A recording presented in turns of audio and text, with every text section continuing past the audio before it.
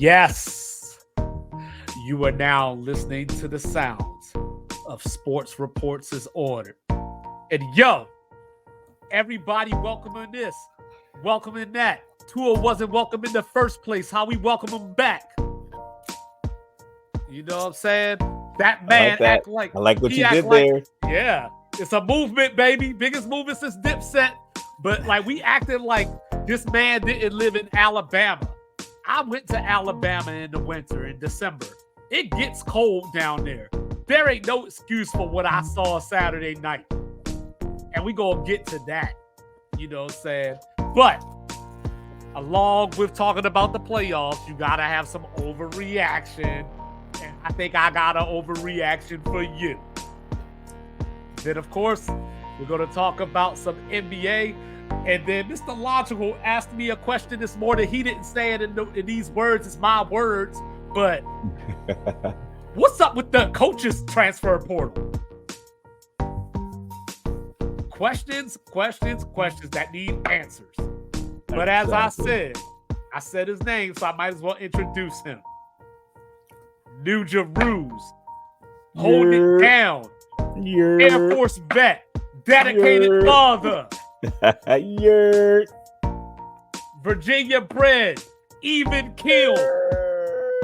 You'll never shake him up. Never. Won't happen. He is Mr. Logical.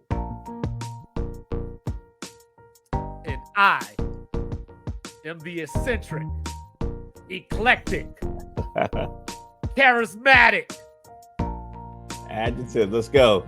Numerologist. 2-5. We gonna get this thing started. We get it off my chest. And you know what's funny about that? We didn't even talk about get it off my chest. So I don't even know who going first. I don't even know like what's going down. I'll go first. My same complaint I have all the time, man. Like these referees at every level. College, basketball, NBA, NFL. I just they got to come up with something. We got to come up with a better plan. Either the referees that are on the field have to be as athletic as the participants, because a lot of times, even with youth sports, I notice some of the older referees in basketball, they go from the corner to half court. The other one goes from the other half, like that side to that corner, and they just work this way. They don't go all the way up and down the court. So that's always a problem because you're calling fouls from way back here you don't see, and then or calling out of bounds calls, you know, see it. Now the ref is like the coach is getting mad at the refs, and now the refs calling the technicals and freshman basketball game because you aren't adequately managing the space. It's like, oh, these guys are young. We only need 2 refs. Well, if you 54 and you chasing 14-year-olds, you need to be in position. It's the same thing in the NFL. And I know that it was like, I talked to my dad about this when I was younger. Like, why the refs always so old? They were like, well, they figure, older people make more like wiser decisions. Well, a lot of times it's out of place. You talked about it in the Buffalo game when George Pickens was trying to make a catch in the corner. A fan threw a snowball from the stands. Now, the ball is coming there. Like, why is it to the point where they're not seeing that? Or not being able to confer on the field, because that one pass that Frymuth was held. There was they call holding on, I think it was like Dalton Kincaid or Dawson Knox. One of the guys running the out route. Well, when they call pass interference, that was the flag. It was uncatchable. So they talk, and then ended up calling holding because it looked like it was going to be pass interference because at the time to throw, the flag came, but they were like, oh, it's holding. I was like, well, he's holding her from a pass that he couldn't get to anyway. So in that conference, like, well, he wasn't going to get to that ball no matter what. Why call a holding call? So and I think the rules don't help the refs either, because now they have to call more stuff that's more impactful, which then makes it look like they're putting their imprint on the game more than they should, on top of the times when they are in the way. Like a holding call shouldn't be an automatic first down. If it's 3rd and 20, I get a holding call, it should be a 5-yard penalty. We play 3rd down. You get another shot to get this 20 yards. You shouldn't get a free 10 yards or free first down simply because of a holding call or illegal contact. Every wide receiver runs into a corner. If he doesn't brace himself, he's going to get run over. Now he's not getting paid. His family's not eating because every time they run a stop route in front of him, he gets bumped and fall down. Well, I can't use my hands to stop him, which is a 5-yard automatic first down. So you got a guy 3rd and 20, run right into a linebacker and turn around. There's a legal contact. So I think the rest, the rules, it's not a marriage. It's like when you call a running play, it should be blocked a certain way so that the running direction works. It feels like they're calling these plays, but the impact of the referee is making it look way worse. Like the rest, like I'm trying to call it straight up. So I got to call if you hit the quarterback in the head or if he slides. But there should be some kind of nuance. Like, listen, if the tackler was already in position to make the tackle and you slid, then it's a no call. If he hits you in the head, so, but if he lands on your stomach when you slid, you're already on the ground. It can't hurt that bad. But if he hits you in the head, okay, then the penalty is there. But you can't do what Josh Allen did, fake the slide a la Kenny Pickett in the bowl game a couple years back, and then make the guy hold up and then run for a touchdown, and then later slide late when Miles Jack was already coming to make the tackle.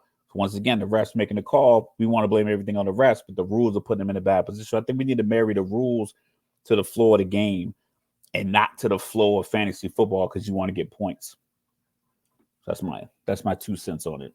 You know, it was confusing to me because I was watching, this was week 17. I was watching the Packers and the Bears, and there was a play where Justin Fields slid, and the defender came through with the people's elbow and basically like banged his head into the turf and everything, and they didn't call anything.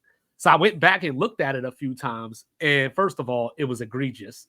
Second of all, there were people all over Twitter saying, or X saying, that Justin Fields didn't get a roughing call or a one of those calls all year on the slide.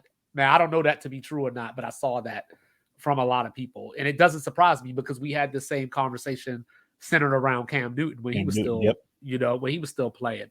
So that Denver game. Remember the Denver game? When he was, yeah. So what we've learned is that the quarterbacks are the cash cows. The quarterbacks, baseball, chicks dig the long ball. Football, it's all about the quarterback. So I understand to some degree why you want to have rules in place to protect the quarterback. That just wasn't the moment. That just wasn't the moment. Josh Allen started his slide after Miles Jack. And it's 3rd down and he's short of the line of game. Right. So once again, the referee, the way you allow these rules to be written and interpreted and called throughout the past few years, you impacted because Pittsburgh had already blocked one field goal. Right. The holder is the punter. He's hurt. I'm not sure if they put a backup holder in when they kick the next field goal. But now there is potential. It's windy. It's cold. Now, if they have to kick the field goal from there, you never know what happens. Right. Pittsburgh has a chance, and they have a chance because they played sound defense. They had to spy on. So they did everything in their power to affect the game with their athleticism, but it was legislated away from them. And I know I'm using the Pittsburgh game as an example, but that game was probably the closest game of the weekend. I know Detroit and LA had a couple of calls, a couple that's a whole different conversation. I thought Matt Stafford died on the field for a second. You know what I mean? It was a couple of times, but you never know. If you got an offensive lineman pushing a 300-pound dude in the back, he can't just stop on a dime. Right. And if one guy's hitting Stafford one way and the other guy's getting pushed into him, it happens. But those plays where tugging and pass interference and things of that you got to call it. But and those bang bang judgment plays, giving that call to Josh Allen on that late slide cost Pittsburgh their next opportunity at the game. I'm saying it didn't cost them the game, but it definitely cost them the next opportunity. And they needed it. Sure it deflated them because Buffalo scored a couple plays later. And then people will say, oh, well, they scored anyway. It didn't matter. I'm like, no, well, they would have had to kick a field goal. Right. If that wasn't the case. Right. So, yeah, Pittsburgh needed all the stops they could get because that offense was having to work. So like it changed the game in some ways because that was Pittsburgh's chance to try to get possession and tie the game up. So it's not as if they were down 14 and we're like, oh, hey, they had an opportunity to cut it to one score. Like you literally took away any chance that they had to win the game at that point. Yeah, so it wasn't enough time left. Granted, yet you don't throw red zone interceptions in the first half. You're not in this position, but in the same sense, the fumble, that Pickens had, and Freiermuth almost had another one. Yeah, that was close, but it bounced off his face mask when his foot was out of bounds. I know you hate that, but I hate at least that's a definitive line. I hate it as much as I hate the whole. Remember we were watching the Kansas City, and they made the interception, and AJ Brown touched his foot, and they were like, "Oh, he's down by contact," and I'm like, "He didn't even get contacted. He initiated the contact." The rule I hate the most. I know people hate the fumble out of the back of the end zone. I hate that too. I think that's fine. Don't fumble the ball at the back of the end zone. You shouldn't get it back. I hate the runner. I hate break the plane. I like break the plane. I don't like the plane. The kickoff out of bounds when the ball's close to the sideline and the returner runs and stands out of bounds, touches the ball. I hate that rule. I have no idea why it's in place. What I hate? I hate when these dudes just don't catch the kickoff anymore. They don't even try. Like they don't even try. They just they wave everybody off. Like that's why you want to see. I'm running everything back. You see that Devin Hester's on the Hall of Fame ballot. I'm running every kickoff back. Y'all get 8 get out of my chest in 1. You know what I'm saying? So so mine get it off my chest. You know what I'm saying? I stole a little bit of this idea, so I'm gonna give credit where credit is due. My guy, El Residente, from the hot box, Rajon Lewis, he came up with the hashtag boycott Peacock, but I wanted to talk about that for a second because y'all make me sick. You know what I'm saying? Every time, all I hear from everybody that I talk to, this person screwed me. They did this. They're greedy. All they care about is money. X, Y, Z. They did me wrong. And you had a chance Saturday night to make a statement that Wu-Tang Clan ain't nothing to fuck with. And Peacock got out here and said, yo, we're exclusively... Now, it's one thing if this is a regular season game. You know what I'm saying? It's one thing if this is a preseason game even. But a playoff game.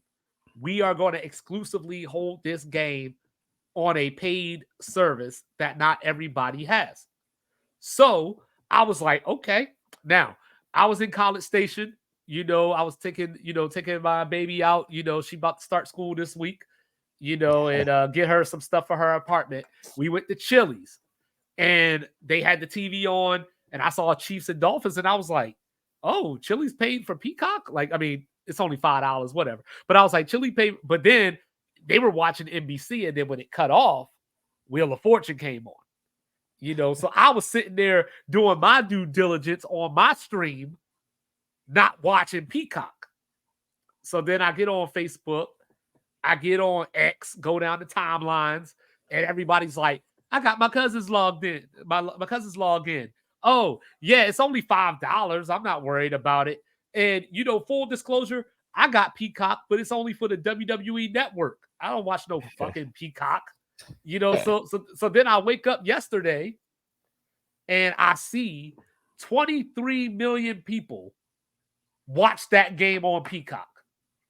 And this is the start. This is how it starts. They put Thursday Night Football on Amazon. I had no idea that it wasn't on a regular channel until my dad told me maybe like week 3 this year. Yeah. Because I've had Amazon Prime for so many years. I had no idea that. I thought it was on Amazon Prime and a regular cable channel. No. Yeah, because last year it was on Amazon Prime and NFL Network.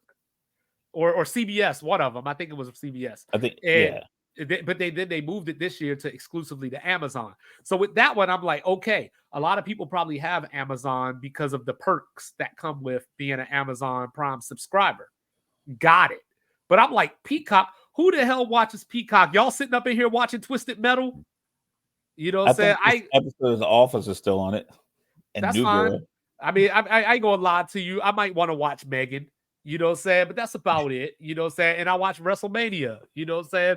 But this is the problem. Every year, y'all go out here, y'all complain. Madden is the same game. 2K is the same thing. And us old folk like me, we're like, yo, they don't even make 2K for me no more. It's all about the park and the rec. I'm just trying to get my GM on and win some NBA titles. So, you know, so there's my declaration. I'm not buying Madden no more. I'm not buying 2K no more.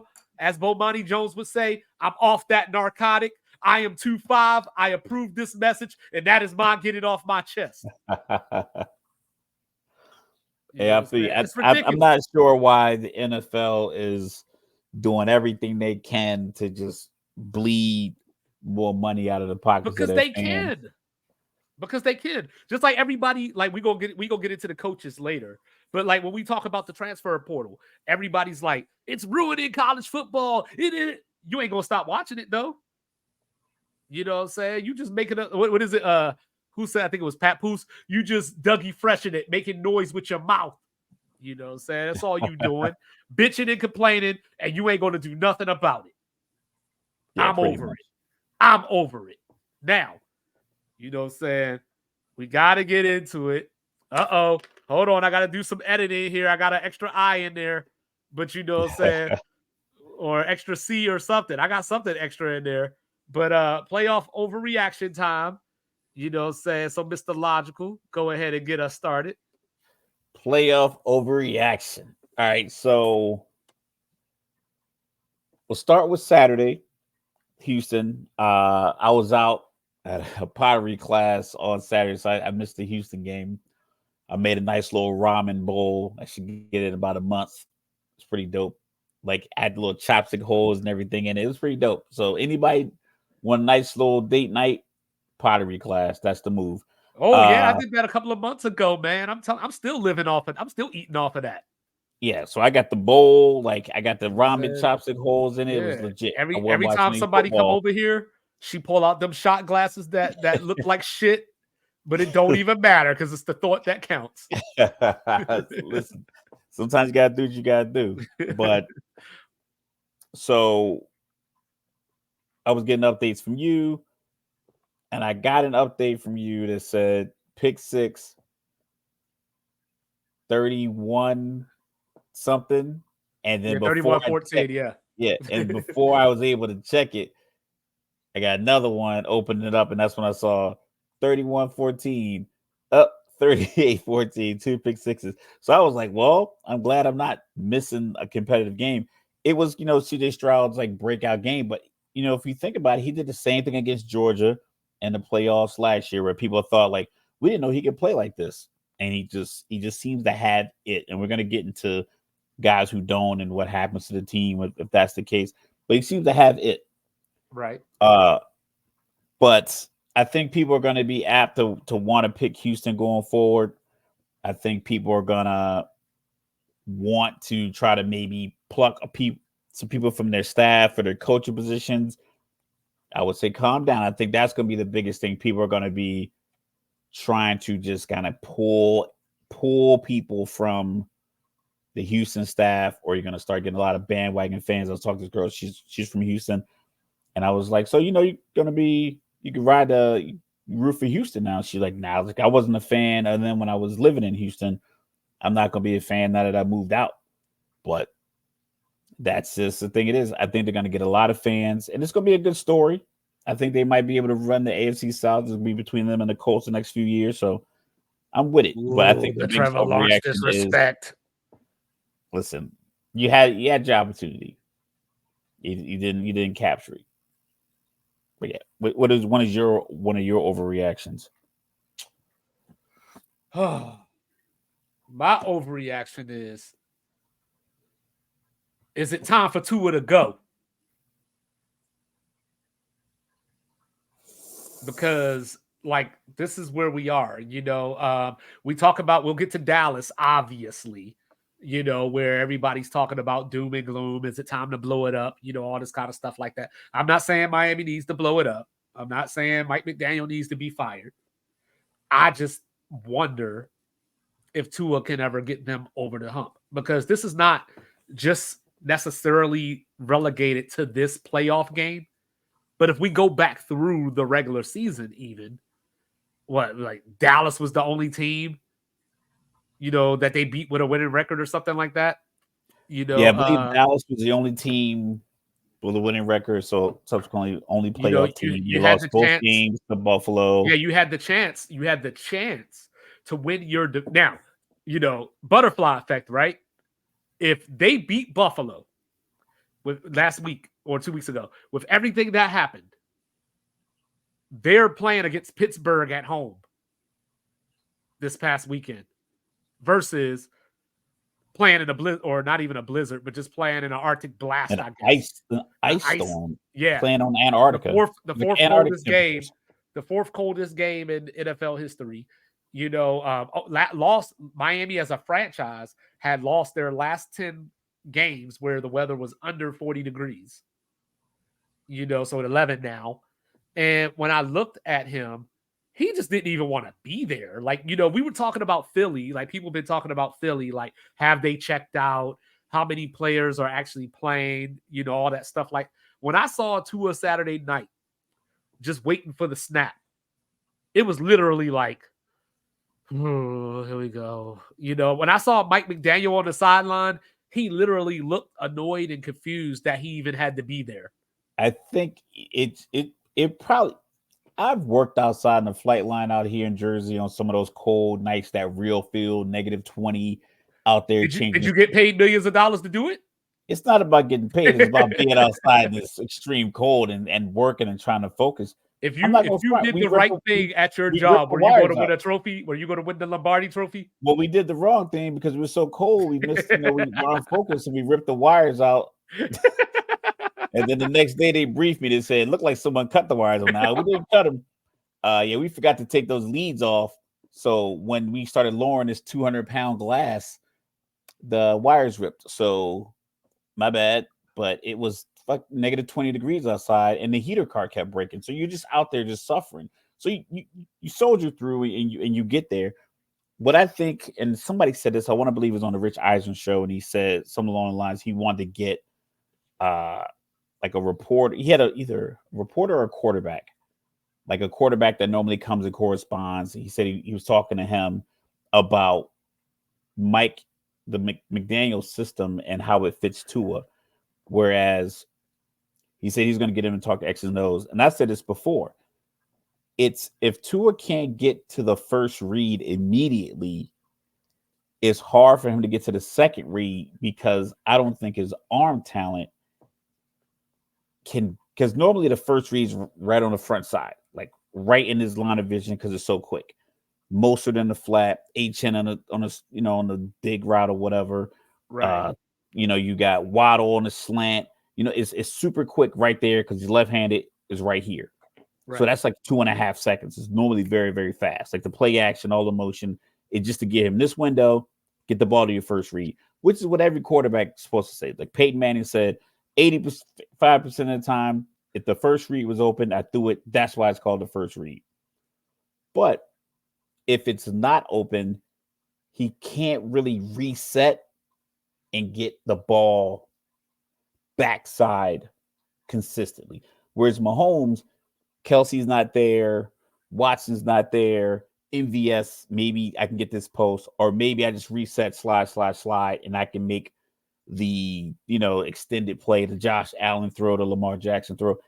I think that's Tua's problem, is that his Chad Pennington kind of arm is limited. No matter, it's just you're physically limited. Like I said, I'm 5'8.5". Right. I'm physically limited what I can do in any kind of athletic realm. No matter how smart I see it, no matter how I can break it down, no matter how tough or how hard I work, I'm physically limited. He's in a league where his wide receivers are super fast, but he can't overthrow them. So no matter how fast they are, they have to slow it down. They have to break those routes off, because I remember playing Madden when Tyreek was on Kansas City's roster. And every time I would play, and it was Mahomes and Tyreek Hill, I basically have to just use it with the safety and just run. Anytime I thought it was a go route, I just would just run them where Tyreek was, because even on the video game, he was throwing the ball like 70 yards in the air. So you drop back, you throw the go route, and you just let it fly. Tua can't do that. Kirk Cousins, I think Kirk Cousins in that offense will work, because I think Kirk Cousins has an arm to come backside and get it to Waddle if it's not there. I just don't think Tua has it. And he's left-handed, so that's always difficult too. They were talking about a lot of quarterbacks. The fact that he's left-handed, and not a lot of offensive coordinators have plays designed for left-handed quarterbacks. You think it would just be able to flip, but that's just that's neither why, here. like, so I'm afraid that Miami could find themselves in a Daniel Jones type situation. Obviously, Tua is better than Daniel Jones. Tua Is was it obvious? I think it's obvious. Tua was the He puts up passing better leader in the numbers. NFL this year. But I mean, to be fair, to be all honest and fair, he does have way better talent around him than Daniel Jones does. So that has to be factored in as well. But I think he's better than Daniel Jones. Do you franchise him, or is Miami in a position where, because this is the line of conversation that always happens. Hey, I think Miami should move on to Tua. I mean, from Tua. Well, who are they going to get that's better? They don't got to get better. They don't have to get a quarterback that's better than Tua.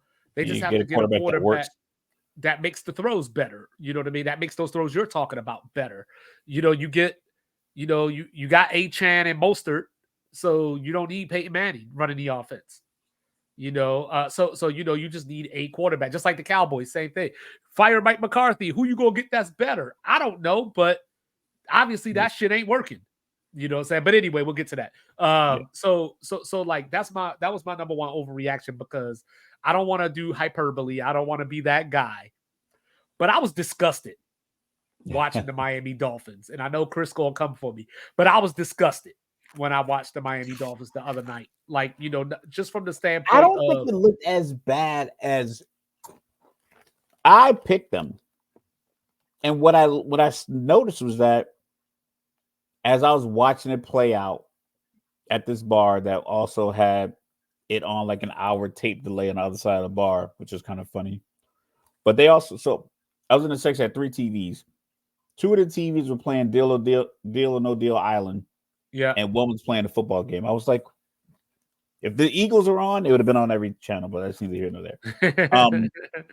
I think what it was is that when I was watching it play out, I came to the realization that the weather was too much for their style. We talked about running the ball. I thought they would be more effective and more deliberate running the ball. I just don't feel like they did. And then when Kansas City was making plays, and they were doing the things I said Miami was going to do, the underneath routes, chopping their feet to slow down.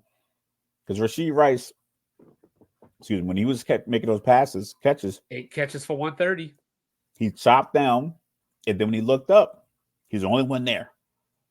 Then he accelerated. So now you got guys coming across this ice sheet trying to cut him off. Well, he's already got his balance, caught the ball. Now he's in a full sprint. He wasn't making any jukes. He just was like, I'm just going to run as far as I can. And I just felt like the Kansas City team pre-play, post-snap, during the play, incorporated the elements of the game into how they played. They threw a lot of short stuff to Kelsey. Right. They ran the ball effectively in the middle. They took their shots when they were available. But for the most part, I think they used the elements to their advantage. And then having a guy like Butker that can kick 4 field goals, it had to feel like kicking a rock. I know the kickball's a little softer, but I just think that once I watched the game as it played out, I just felt like Kansas City used the elements more. More of their guys are wearing short sleeves. That's another thing that's a big deal. That's like a big deal in bravado. We talked about Korea. Korea is the same way, where you had like the big, tall, 6'2", 215-pound soldier at the DMZ, the American soldier. He didn't wear any cold weather gear, and he just stared at the North Korean soldiers. Like, is it an intimidation factor? Kelsey out there with no sleeves, linemen out there with no sleeves, wide receivers out there with no sleeves. That gets to you when you're a corner out there and you're getting scuba gear. Right. And hopefully everybody is doing okay. I know I saw a report where there was at least a dozen people being treated for hypothermia. So, hopefully everybody's okay. But yeah, that was just my takeaway, because you remember I was talking about how Miami averages they lead the league in yards per carry. Well, Achane and Mostert combined 14 rushes for 42 yards.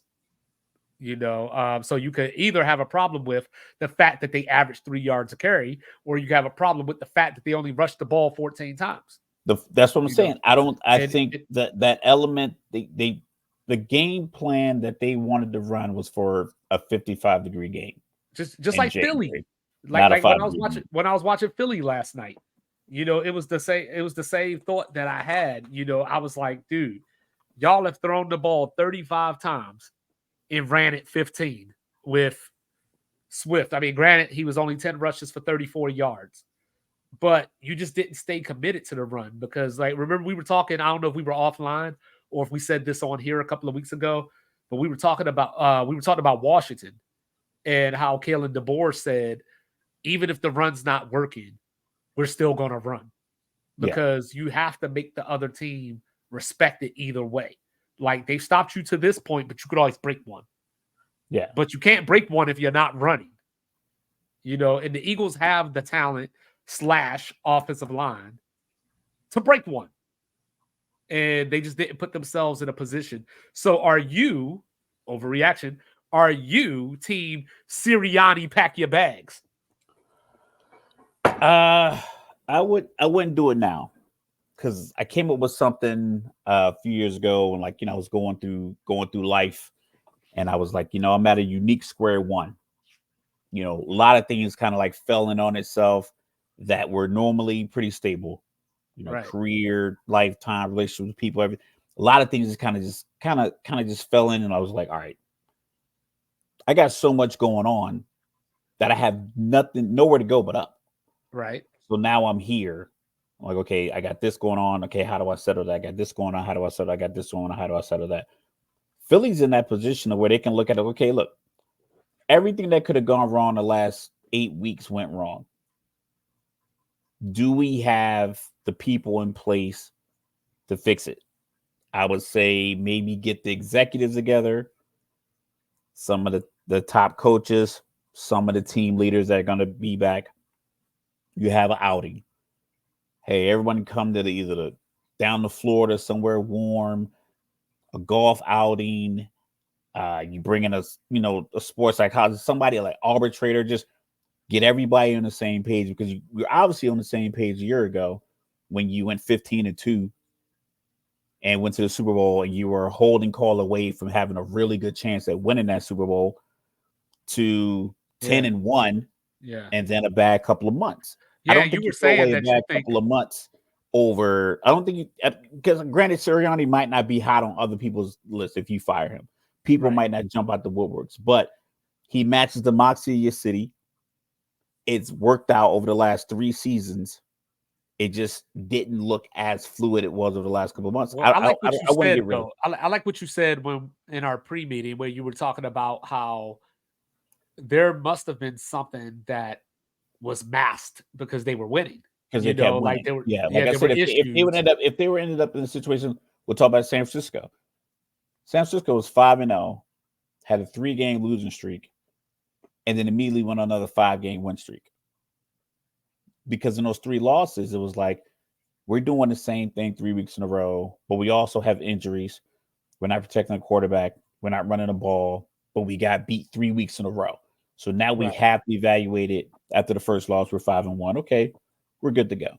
If they win and go 6-1, I don't know if they take as a hard look at that loss, because that was a fluke. But when you get loss, quarterback plays poorly, he gets hit, concussion protocol. Now you have to think, left tackle's out, he's hurt. We get him healthy. Quarterback struggling, getting hit a lot. We had the bye week. I think they took that time and really got it together. But they can evaluate 3 bad weeks of football turning into 5 good weeks. I don't think Philly ever took that chance. I think it just like AJ Brown was on a tear where it was like he was on a tear where he had like 100, like 150 yards, like 4 or 150, 5 games. 125 yards, like 6 games in a row. Yeah. Where then after that, you're not giving him the ball. But if you lose one of those games or 2 of those games, and it's like, okay, and he only had 5 catches, 75 yards. Now you look, okay, how do we get him the ball more?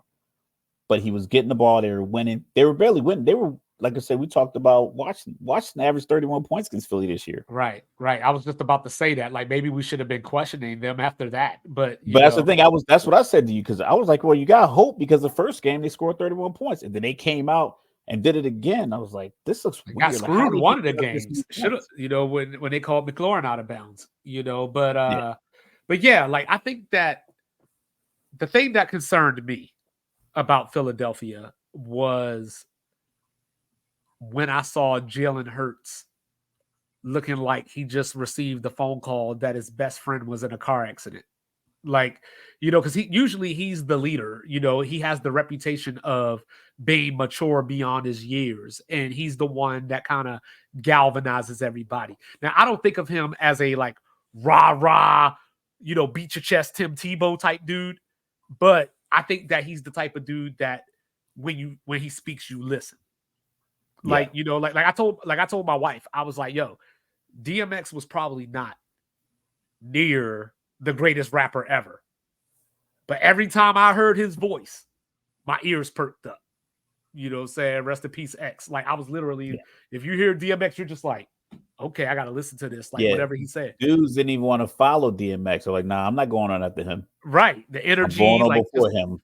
Like, let him close the show. I'm not, Yeah, so Hurts strikes me in that way, not necessarily the energy and the rah-rah, but he maybe doesn't talk a lot, or he doesn't get in your chili a lot. Like he's not the type that I think he was fed up. Yeah, he might have been, and that was my concern. Did you see the Dallas Goddard? It was like they were sitting on the end of the bench, on the sideline. Oh yeah, on the sideline, and Goddard got up and said something, and Jalen was kind of sitting like this. Yeah. But it wasn't sitting like he felt bad that Goddard was saying something to him. He was sitting there like, yo, I told y'all, I've been telling y'all this for 6 weeks, 8 weeks. Right. And that's why. And he was like, I think he knows who the people aren't preparing as hard as him. Because he said something like that a lot about we need to get, people need to stop being selfish. People need to get on the same page. I think he knows who it was. And it's like, I think Jalen's one of those people is like, I'm not going to waste my energy right now. Right. This season's over. So the last thing I need is footage of me acting out of character. Whereas you diva wide receivers or you diva tight ends, y'all could do all this other shit. But he wasn't sitting there. Like his face looked very like postured. It didn't look like, oh my God, this dude's yelling at me. Like, you remember like Mac Jones' face when Bill O'Brien was yelling at him. Maybe seeing that face like that, like a kid getting yelled at by his pops. Jalen had that look like you could say all that, just say it over there.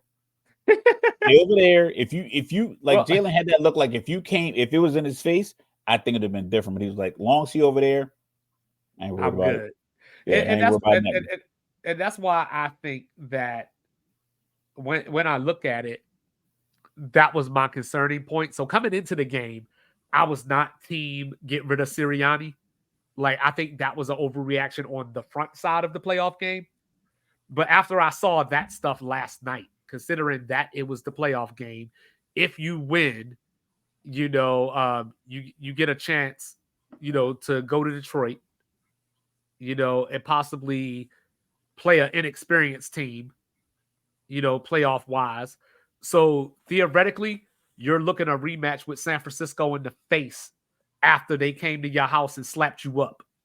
So, exactly. so like, and I know that one of my blind spots is that I'm old school in that way of like, I see the bigger picture of I want to go kick San Francisco's ass. Whereas a lot of those dudes are like, I just want to get away from him. Like, I want to get away from Bradbury.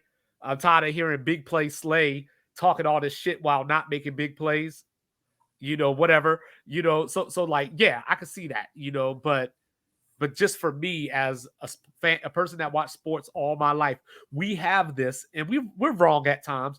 We've had this thought of the guys that we grew up watching, of being these warriors and being a certain way, and every snap matters, every game matters, and maybe it wasn't that way, but that's the way that has been romanticized to us. So Jeff that's Teague how talked we view about it. it on his podcast when he was playing for Milwaukee and they were playing Brooklyn. He was like, man, he was like him and a couple of guys at the bench, like, yeah, we're not beating this team. And then Harden was hurt, and then Kyrie got hurt, and it was like, oh, we got a chance. But he was like, even then, they were like, man, we're ready to get the season over with. Right. Because it is a long time, and it's a long time, and you recognize, like, listen, do I need to play a whole nother series? We talked about it, like when I talked about the Dan Campbell going for 2 against Dallas. Like, why would you go for against the 7-yard line? He was like, well, our seeding is pretty much locked in. We're getting a home playoff game, and we're locked in. We won our division. Why do I want to put my players through 10 more minutes of this game just to maybe get the number 2 seed, considering Philly was playing the Giants? All the other scenarios that had to play out for them to even get up there. It's like, I'm not worried about that. I don't want to play this extra 10 minutes. I want to get it out of here right now. I think Philly players are probably like, yo, this season's a wash. Because the Like, we're in the mental, playoffs because we got a record. We're not a playoff team. yeah, what it takes to get to a Super Bowl, because most of these guys were on the team the year before. It's not the same. The feelings not the same. The relationships aren't the same. You can see it. People probably aren't hanging out as much. They're probably not hanging around the facility together as much, because you can eat at the facility. You can leave. You probably can sleep there. You can work out there. You can train there. You get the chiropractor. You can get massage. You get everything you need at the facility. So it's like you probably get Xboxes, the PS5s everywhere. So if you just a bunch of young guys, like, yo, you going to the facility today? Yeah, I'm gonna kick. I know it's my off day, but I'm gonna get some treatment. All right, man, I'll meet you there, and then we'll go do this afterwards. They know if that was happening or not, like it was last year. It's like, oh, it's different this year. They know it internally. Guys probably kept tight to the vest, but AJ Brown was going at a lot of people on Twitter. Social media was always buzzing. He was going back and forth. I think Brandon Graham had a couple of like memorable tweets. I think people were just going back and forth. Like I said, being in this area, Philly fans let you know. Right on the sideline. All right. Now we got to get to it. Green Bay, Dallas. Yes. So first of all, I'm just going to ask. Obviously, this is overreaction. Is it time for the Cowboys to clean house? I have 2 ideas. I ran this one conversation around a friend of mine. We were talking. It's either the players in Dallas feel the pressure of the ghost of Super Bowls past, and they get in their head because they're there. People are saying, hey, you guys going to take it all the way this year, and so forth and so on. And maybe they're feeling the pressure. Or the common denominator in it is Jerry Jones. Now, I don't have their budget, but I use this as an example. Jerry Jones likes to be on TV. He likes to be in the press box. He's always in a suit. They have their budget meeting. His son is one of the vice presidents and everybody else. So it's a lot of nepotism at the top already. Not a lot of people say no. But you have a meeting, and it's like, all right, we made an extra $1 million selling Bud Light this quarter.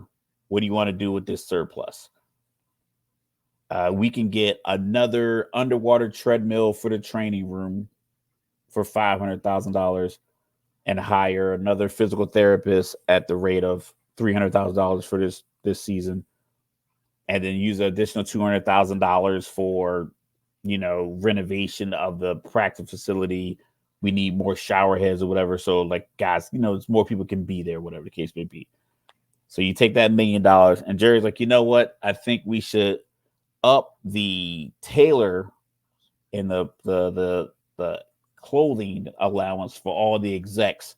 So when we go to meetings and people see us on TV, we're all in tailored suits. Right. which could be beneficial because he's always on TV. They're always doing podcasts. And it's like, are you doing that because other organizations don't have these problems? Other organizations, I mean, look at Tampa Bay. They just went to a Super Bowl with Tom Brady. Then they got the playoffs a couple years in a row. They won the division. Now they got Baker Mayfield. They're winning the division, winning playoff games. Detroit was an 0-16 team. They were laughing stock. They made a couple moves, and they've been winning. Green Bay is consistently winning. It's these teams, Kansas City. It can't just be the talent of the quarterback. And I know Patrick Mahomes on paper and everything else and on the field is better than Dak Prescott. But Dak Prescott isn't that much of a gap that you can't win with Dak, only win with Patrick Mahomes. Like, led the league in touchdown passes this year. Dak is a quarterback that can get you wins. So it's like, what are you not doing organizationally that's causing you guys to have these problems late in the year? So Jerry probably needs to give up the GM position. Easily, yeah. Move his son to some figurehead position where he doesn't make the final decision on football players. Okay. Bring in a real GM. Bring in real football people, not just people who are a fan of the Dallas Cowboys because my last name is Jones. You can keep all the money in-house. It is your team. You don't need to own the team and have control, because who's the GM for the Rams? It's not Kroenke. No, it's not Kroenke. It's Snead. You know, the AFC Championship trophy is named after the owner of the Kansas City Chiefs. His grandson isn't the GM. Yeah. His niece isn't the head executive assistant, head of security, whatever the case would be. Like, Dallas's problem is a Jones problem. They get rid of Jerry Jones. If Jerry Jones gets rid of his titles, I think they'll win. So, definition of insanity, trying to do the same thing over and over and getting the same result. So I couldn't have said it better. You hit on everything. What I will add, though, is that Dallas is at another point where it's time to pay Dak again. And we saw how tumultuous the first time they had to pay Dak was. They got Jerry Jones' problem. He wants to win his negotiation because he owns a team, where it's a GM is like, I want the best deal for the team. Right. And, they got rid of Zeke, but didn't really bring in any replacements like they thought Tony Pollard was going to be able to take it on. Tony Pollard's a small kind of guy, quick, but I don't think of him as an every down back.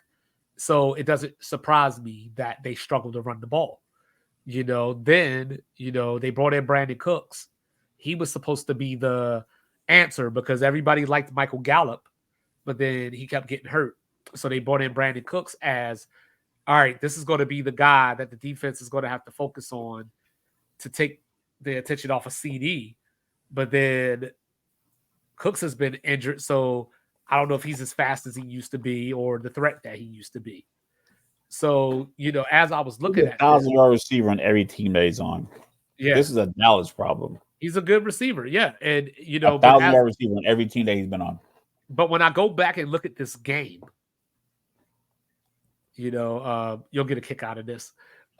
When I was watching some of these highlights and when I was watching the game live, it looks like Tim Tebow's draft video.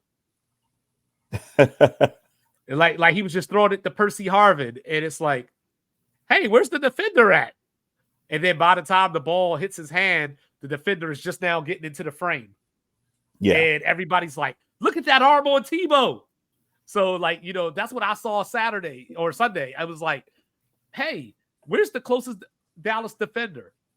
One of those, they said one of them was like the most open that anybody's been in any game all year.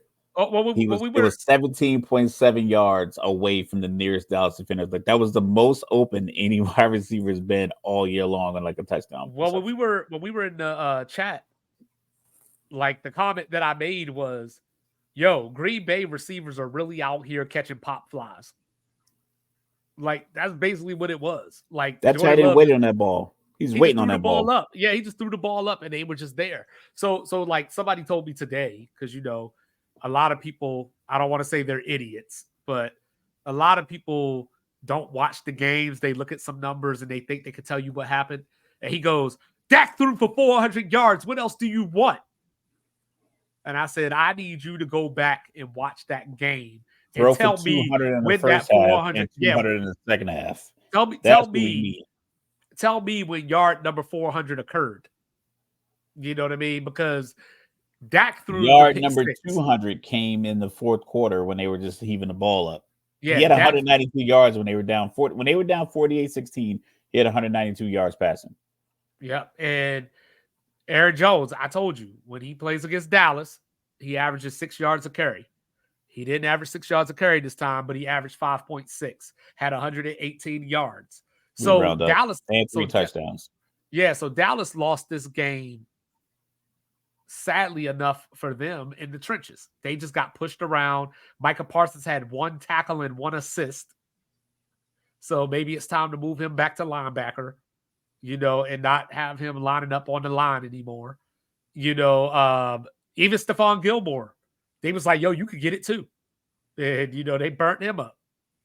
It was a master class by LaFleur. It shows that he is like this all-world coach that because LaFleur hasn't lost to Dallas yet in his career. He hasn't lost to Dallas. So my thought going to Green Bay has more playoff wins in Dallas Stadium and AT&T Stadium than the Cowboys. Dallas does. Yeah, and it's crazy because they've also won 10 out of their last 11 against Dallas. And so my thought going into the game was LaFleur hasn't lost to Dallas, but he had Aaron Rodgers. And you talked about it, the throw to Jared Cook, Mason Crosby. They can't recreate that. They didn't need to.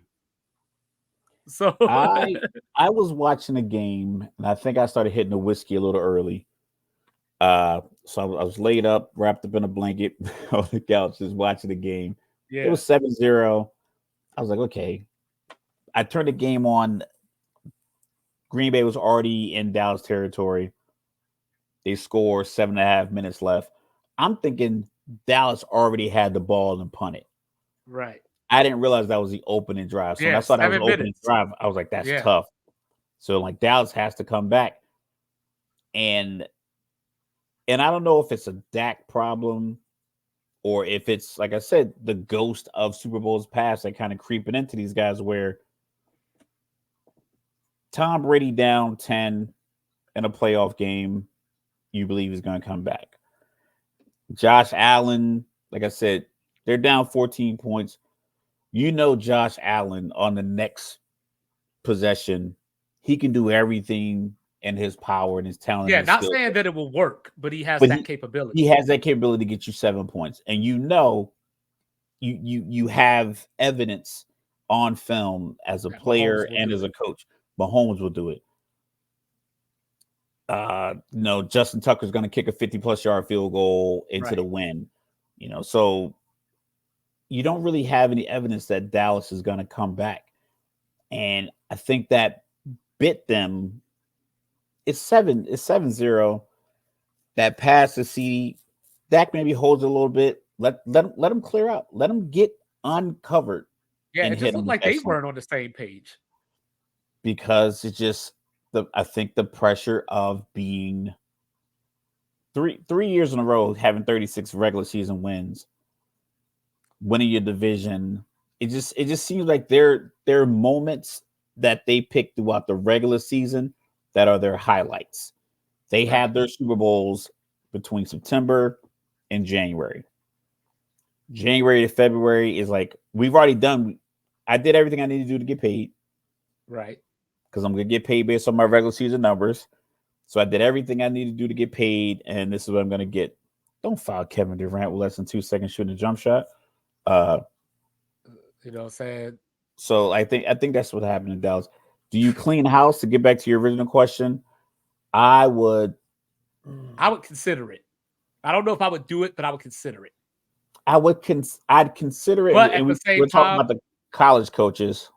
But at the same time, to your point, it doesn't really matter if the structure is the same. Yeah. If the top of the pyramid is still the Jones Right. empire, Umbrella. Yeah, it doesn't matter.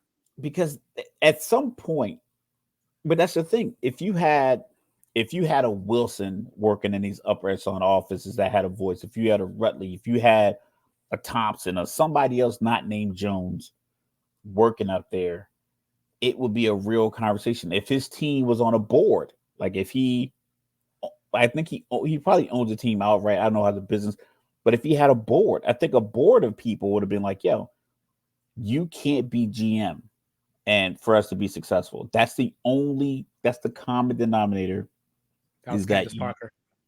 your your presence in these positions it's that has to be the thing that's holding us back, Right. because he You know, brokers all the deals of right. guys that he picks, guys that he loves personally. Like you can still Like love. Romo. He loved Romo, gave Romo a pretty big deal, but the same thing. It was no playoff success. And granted, we know we had the year where he dropped the ball against Seattle, but Right. that happens. That's gonna happen. You're gonna have, the Atlanta. You're gonna have a 28-3 blown lead. It's crazy, but it sucks and it happens.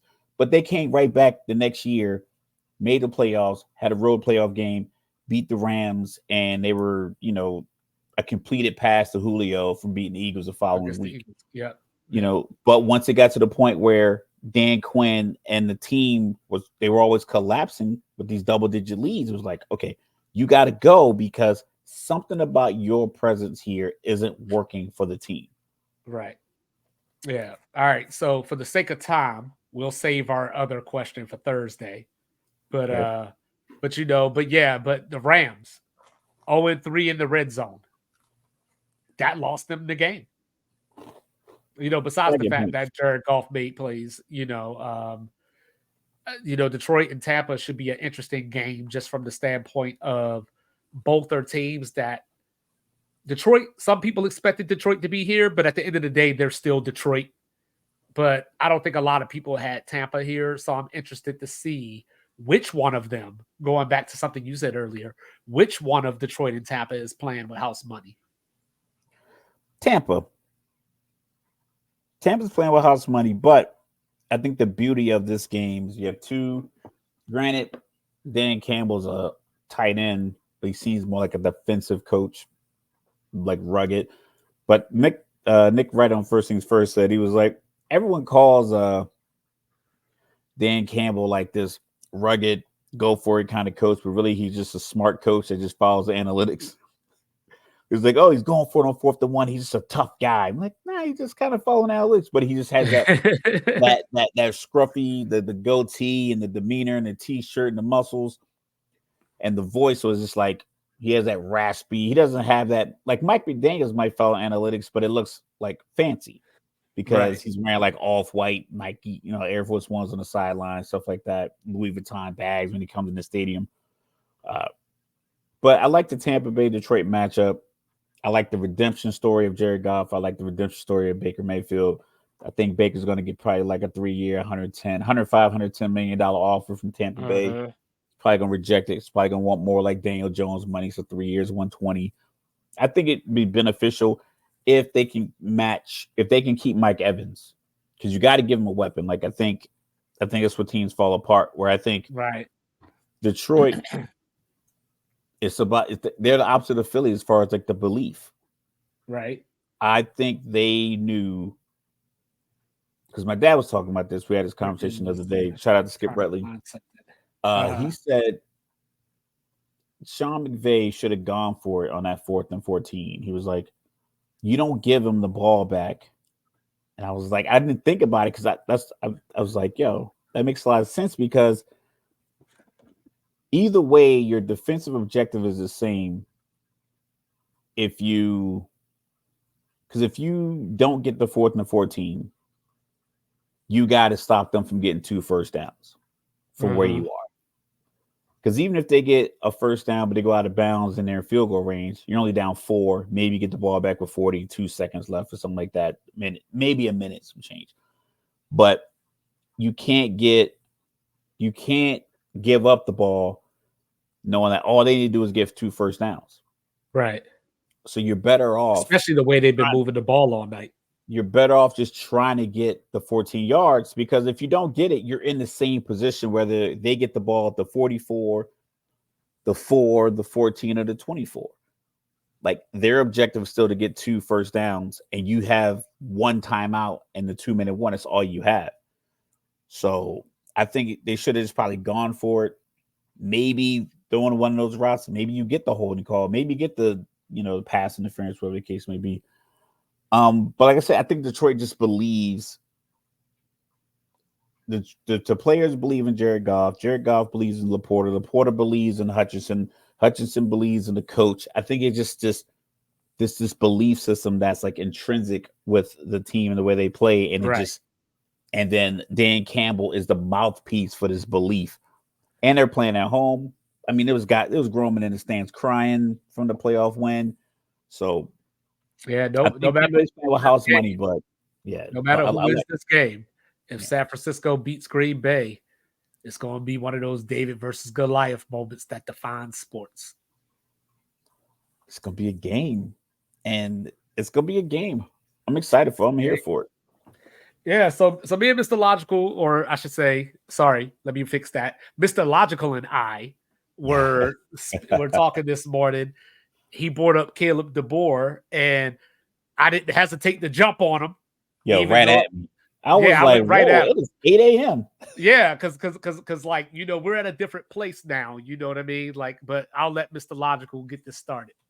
Okay, I'm gonna get it started. It's not necessarily get off my chest. It wasn't necessarily about Caleb DeBoer. Yeah, it just was about the narrative surrounding the transfer portal.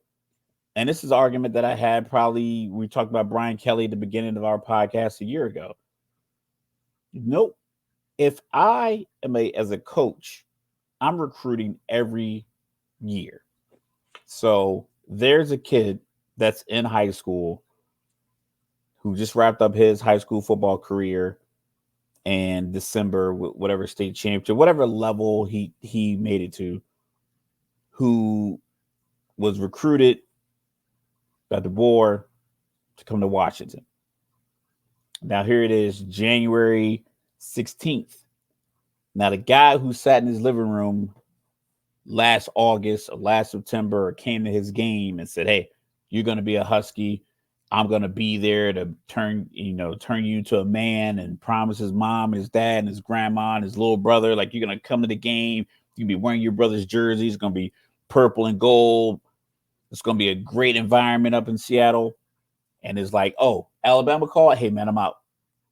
And he doesn't have to do anything for these people that he told, because now this kid committed to Washington, and maybe Oregon State wanted him, maybe Cal wanted him, but now Cal filled their spots up, so they don't need a seventh wide receiver coming in the 2024 class.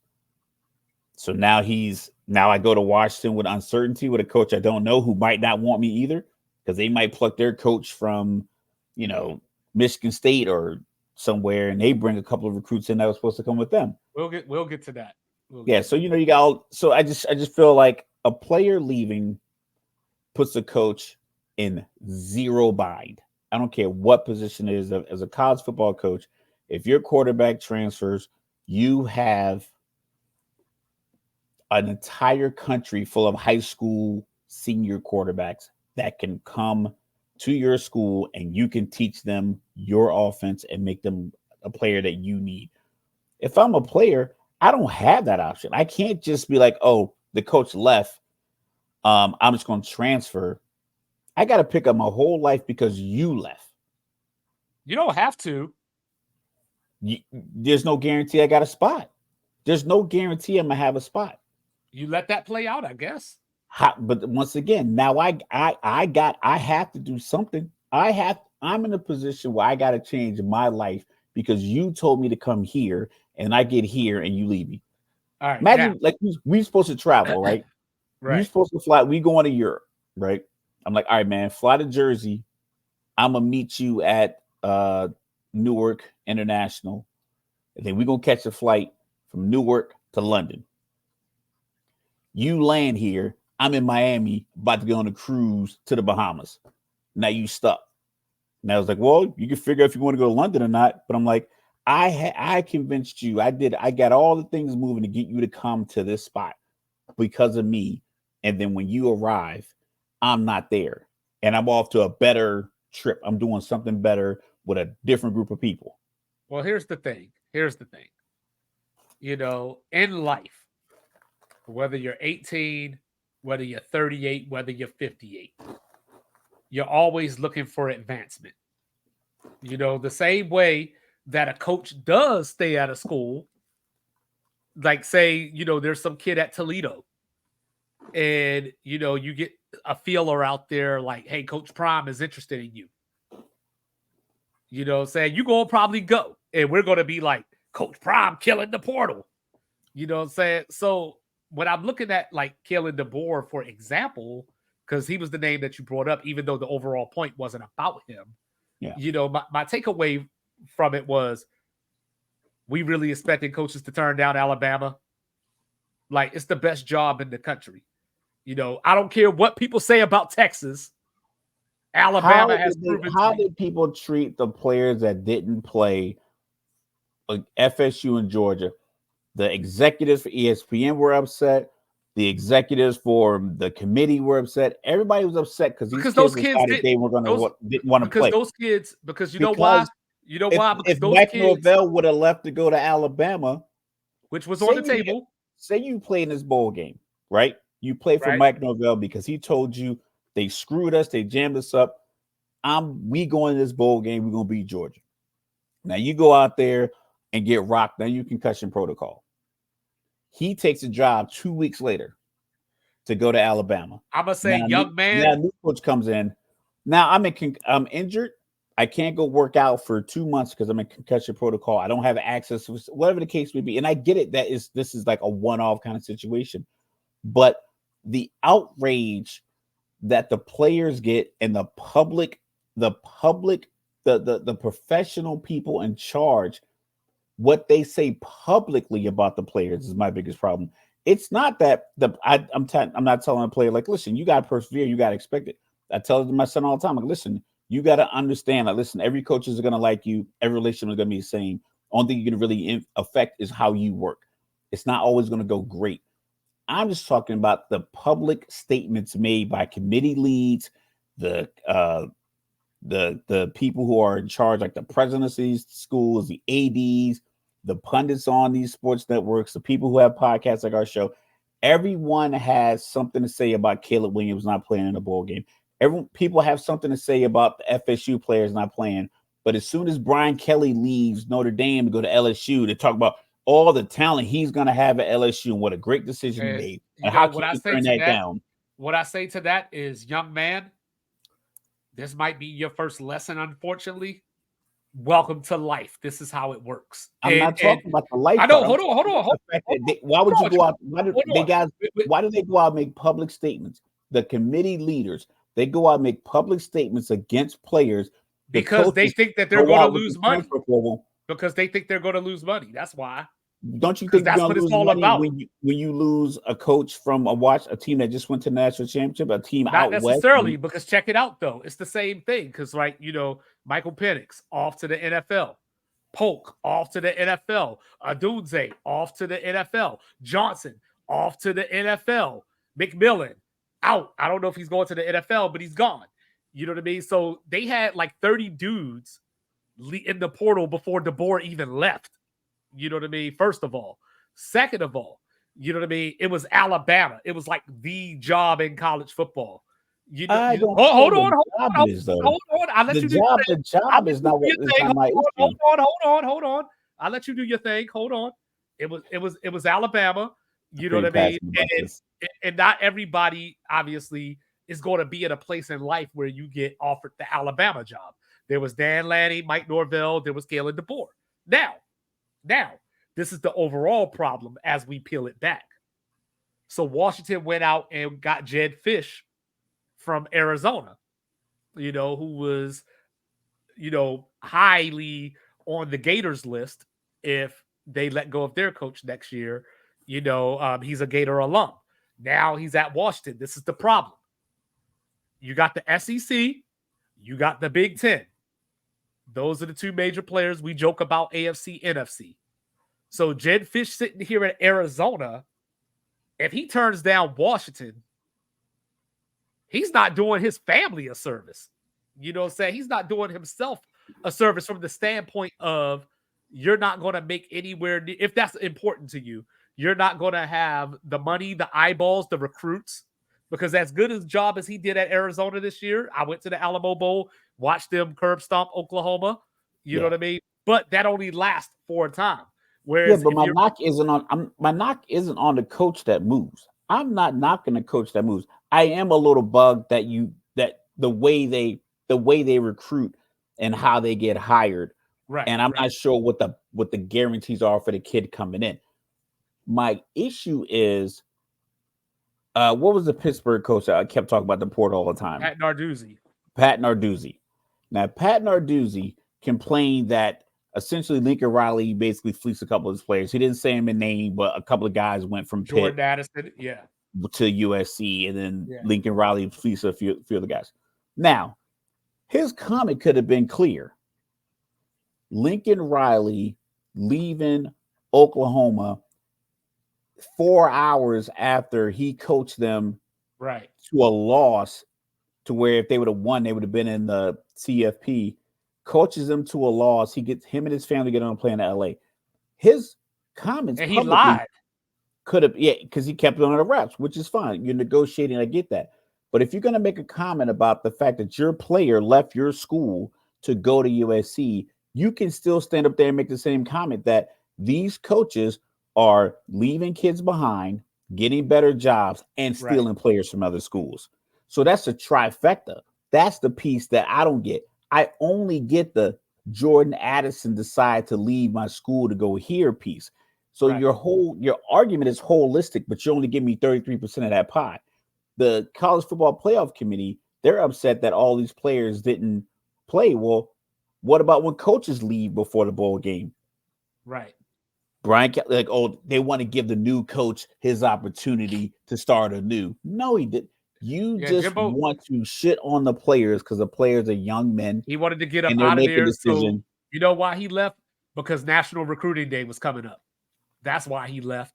You know, just like we were looking at. My problem is if you're going to stand up there and on the podium or on your Twitter account or your official NCAA Twitter email, whatever the case may be, and make the argument that the player is doing something that is damaging college football, then your coach commentary has to match. Yeah, got to come with that same energy. Just like when we were talking about Jimbo Fisher, you know, national title winning coach, you know, had Florida State sitting at 5-6, you know, flat out denied, like, I'm not interested in Texas A&M because the deal was out there. 10 years, $75 million. We knew that.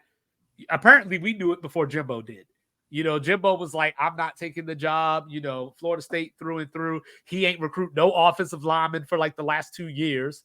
And then that Thursday, before the last game of the season, he was gone.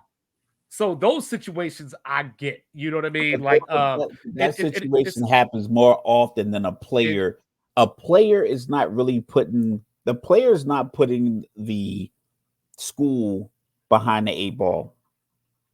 Because if like Dylan Raiola supposed to go to Georgia, decide to go to Nebraska, is Georgia out here like, damn, I don't know if I'm gonna give me another 5-star. No, they're gonna get another 5-star. They got 2 of them. They gonna get I mean, so it's like that's my only piece. No, I get that, but I'm just saying that I think it's circumstantial. The public criticism of coaches never happens.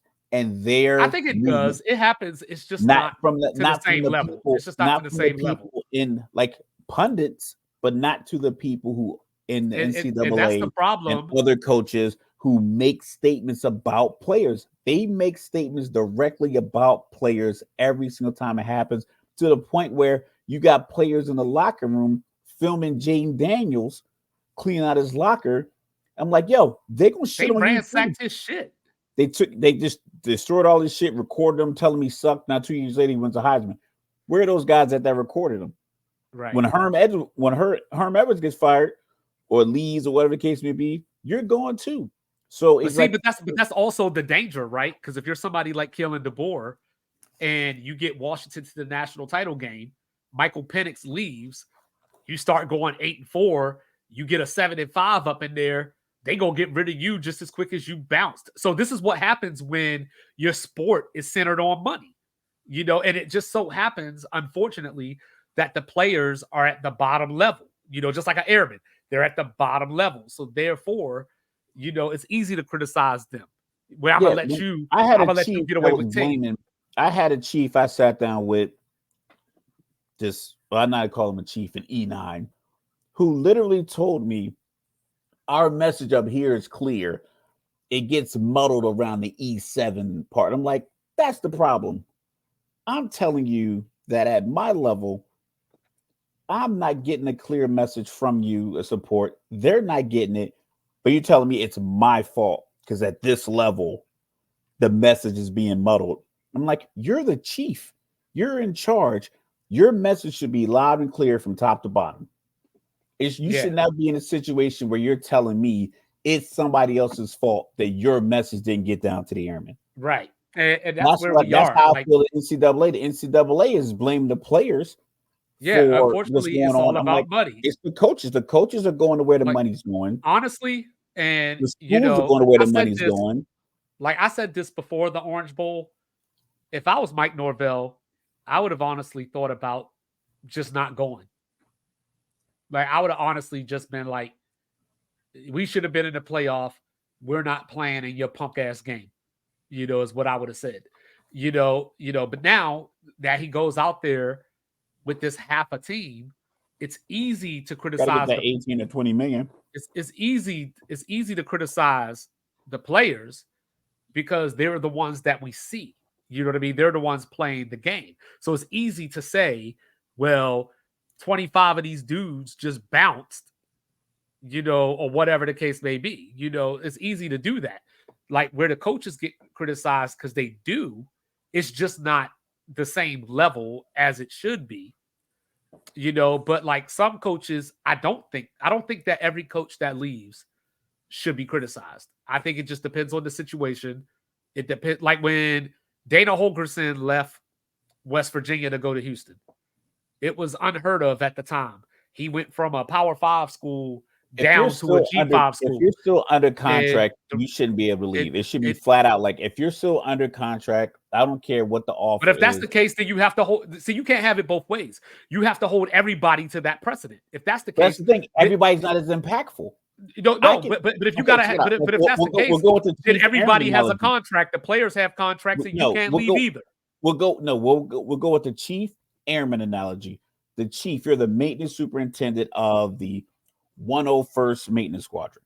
You're the maintenance superintendent. You are a singular position. You can't just leave and go do another chief job somewhere on base for 4 months because you're a singular position. But if I got 40 airmen and they need 4 airmen to do honor guard for 4 months, I can send 4 airmen because I got 40 total. If I have 14 defensive backs and 2 of them want to transfer, that's fine. But if I have a coach that's under contract who told players, I'm going to be here, because not only so a coach can't never leave? Just when you're under contract. If you have a 5-year contract, at the 3-year mark, that would work if jobs were always open. Like, you know what I mean? Like, when's the next time Alabama going to open? When's the next time Alabama going to open? When we re-enlisted, if I re-enlisted in 2010, I re-enlisted for 4 years. I can't just decide at 12 and a half years, you know what? I want to get out because I'm under contract. There's no real thing. You can get on my purse. You can't just get out of the Air Force. No, you can't just leave, but you could try to leave. But there's things in place for you to be able to leave. Like, my contract is with the Air Force, getting out of the Air Force. So if your contract is with Washington, you're at Washington. That's where you are. So if your contract says 5 years, at the 2-year mark, somebody offers you another job. It's like, you can't. So if somebody came to you right now and was like, we're going to give you $40,000 more than you're making, you're going to be like, my contract. Yeah, but But I didn't recruit people to come to my job. I didn't tell people to come work here because I'm going to be here to be their leadership No, and I their get what you're guidance. saying. It's just That's the not difference. realistic. I get what you're saying. It's just not realistic. It's realistic. It was realistic when players couldn't transfer at all. So they had that in place. And now things have changed. But now, because the things have changed, it's all of a So sudden. basically, hold up. So basically, what this boils down to is you're just a little sad that the players get criticized. I ain't sad about that. I'm just saying I think it's BS. It is BS, but it nothing. is what it is. And now they can leave. Just these Washington players that you're talking about, the portal is open for them. They're not stuck I at just Washington. don't want to see. I don't want any exec. They can leave. They got 30 days to make a decision. To come on TV talking And about how these players Guess what? are. The NIL's killing it. Guess NIL. what? Guess what? Jimbo Fisher getting paid $26,000 a day for the next 4 years. But So guess what? These Washington players catching passes in the league that's getting that kind of money. These Washington players and these Arizona players, these Alabama players, these San Jose State players, because now Arizona then hired San Jose State's coach. Yeah. They have 30 days to enter the portal. And guess what? They got 30 days to enter the portal. And guess what? If they decide to stay, for whatever reason, if they decide to stay, let me give the new coach a chance. Guess what? The portal opens back up in spring. So they can stay there for 3 or 4 months if they want, feel out the new coach, be like, yo, I'm not feeling this. And they can leave later. So like what you're saying. So this conversation is important because what you're saying applied 10 years ago, 15 years ago, but it's not like that anymore. You know what I mean? Like these guys can leave as they please for the most part. You know what I'm saying? Like that's the difference. I just want the criticism to be. I want to shift in the public criticism. All right, Micah Parsons. That's it. You'll say you want Philly to get criticized too. I think the coach's impact. I think the coach's move is more impactful than the player move. I mean, hell, Saban just fucking retired after he told everybody, after he recruited everybody. Like, he didn't go out to the end of his contract that goes to 2031. He just was like, I get it. I'm done. Like, I'm done. I'm retiring. But if you're under contract, you can't do, right? You know what I'm saying? Like, going back to what you were saying, if you're under contract, you can't do that. I get that my reaction is a little hyperbolic. I just don't appreciate. Like I said, we had the NIL conversation a few weeks ago, right? Where it's like the conversation around NIL and the players, without people doing their own research and their own constructive thinking and their own logical thinking. If you just jumped right in and you Google coach's opinion of NIL right now, if you just jump right in, you would think that every single player on the team is getting $180,000, $200,000, $250,000 a year in every position. And they're not. They're not. But the outrage, or the selective outrage for that matter, would make you think that is way worse. And it's like the real issue is coaches don't like the lack of power they're getting, but it's really limited because we talked about the top 10 people. 5 of them are like American legacy kids. Yeah, I was just about to say that. That's what college football is. College football is a microcosm of America. Yeah, like the kids that are getting the most money are like legacy kids. Like each generation of the least powerful gets it a little bit better, and the power structure can't handle it. And that's where we are with college football, is that the power is starting to swing a little. And it's not even to the point where the players have all the power, but they just have a little bit more rights than they had before. And these dudes are freaking out and can't handle it. Yeah, like I give you an example real quick before we go on to our next topic. I'll try to make it quick. There's a game I heard about. I was watching a video on Facebook. It's called like Wolves and Villagers or something like that. It's a lot like this game called Secret Hitler. I don't know if you ever played this game. It's a strategy game you play with a group of people. Secret H word, y'all. Essentially what it is, because it's different little antagonists you play as well. But essentially what happens in Secret Hitler is that you all draw cards for your position. Either you're going to be a fascist, Hitler, or the other I don't know. the other party in Germany, like the other political party that was like not Uh, against that was against the fascists. But it's like 2 fascists and 1 Hitler. So you start the game off, everyone like closes their eyes, and the person who's Hitler is like a moderator runs the game, stands, like lift their heads up, and the fascists and they see who Hitler is. So it's the 3 people. So then you put your head down, and then you spend the rest of the game trying to figure out who Hitler is. There's different little things you can do. You can kill people off, different little strategies you can implement.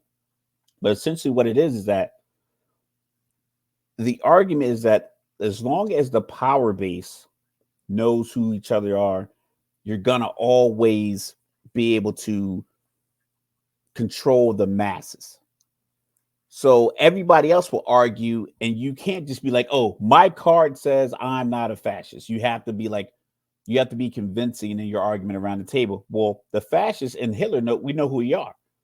So you just kind of take the personality of one person's trying to control it, like, yo, I'm telling you, he's definitely Hitler, and this guy's a fascist. I know it for sure. So if you're a Hitler or you're a fascist, and you know they're called the wrong person, you can kind of join that guy's camp, and you sway the majority of the table. So now everybody's focused over here. Meanwhile, the 2 fascists and Hitler are just chilling, watching the majority eat each other up, i.e., what they did to Jaden Daniels, the way people treat Caleb Williams when he decided he didn't want to play and he's crying on silent. Well, he's about to be a number 1 pick. There's no insurance.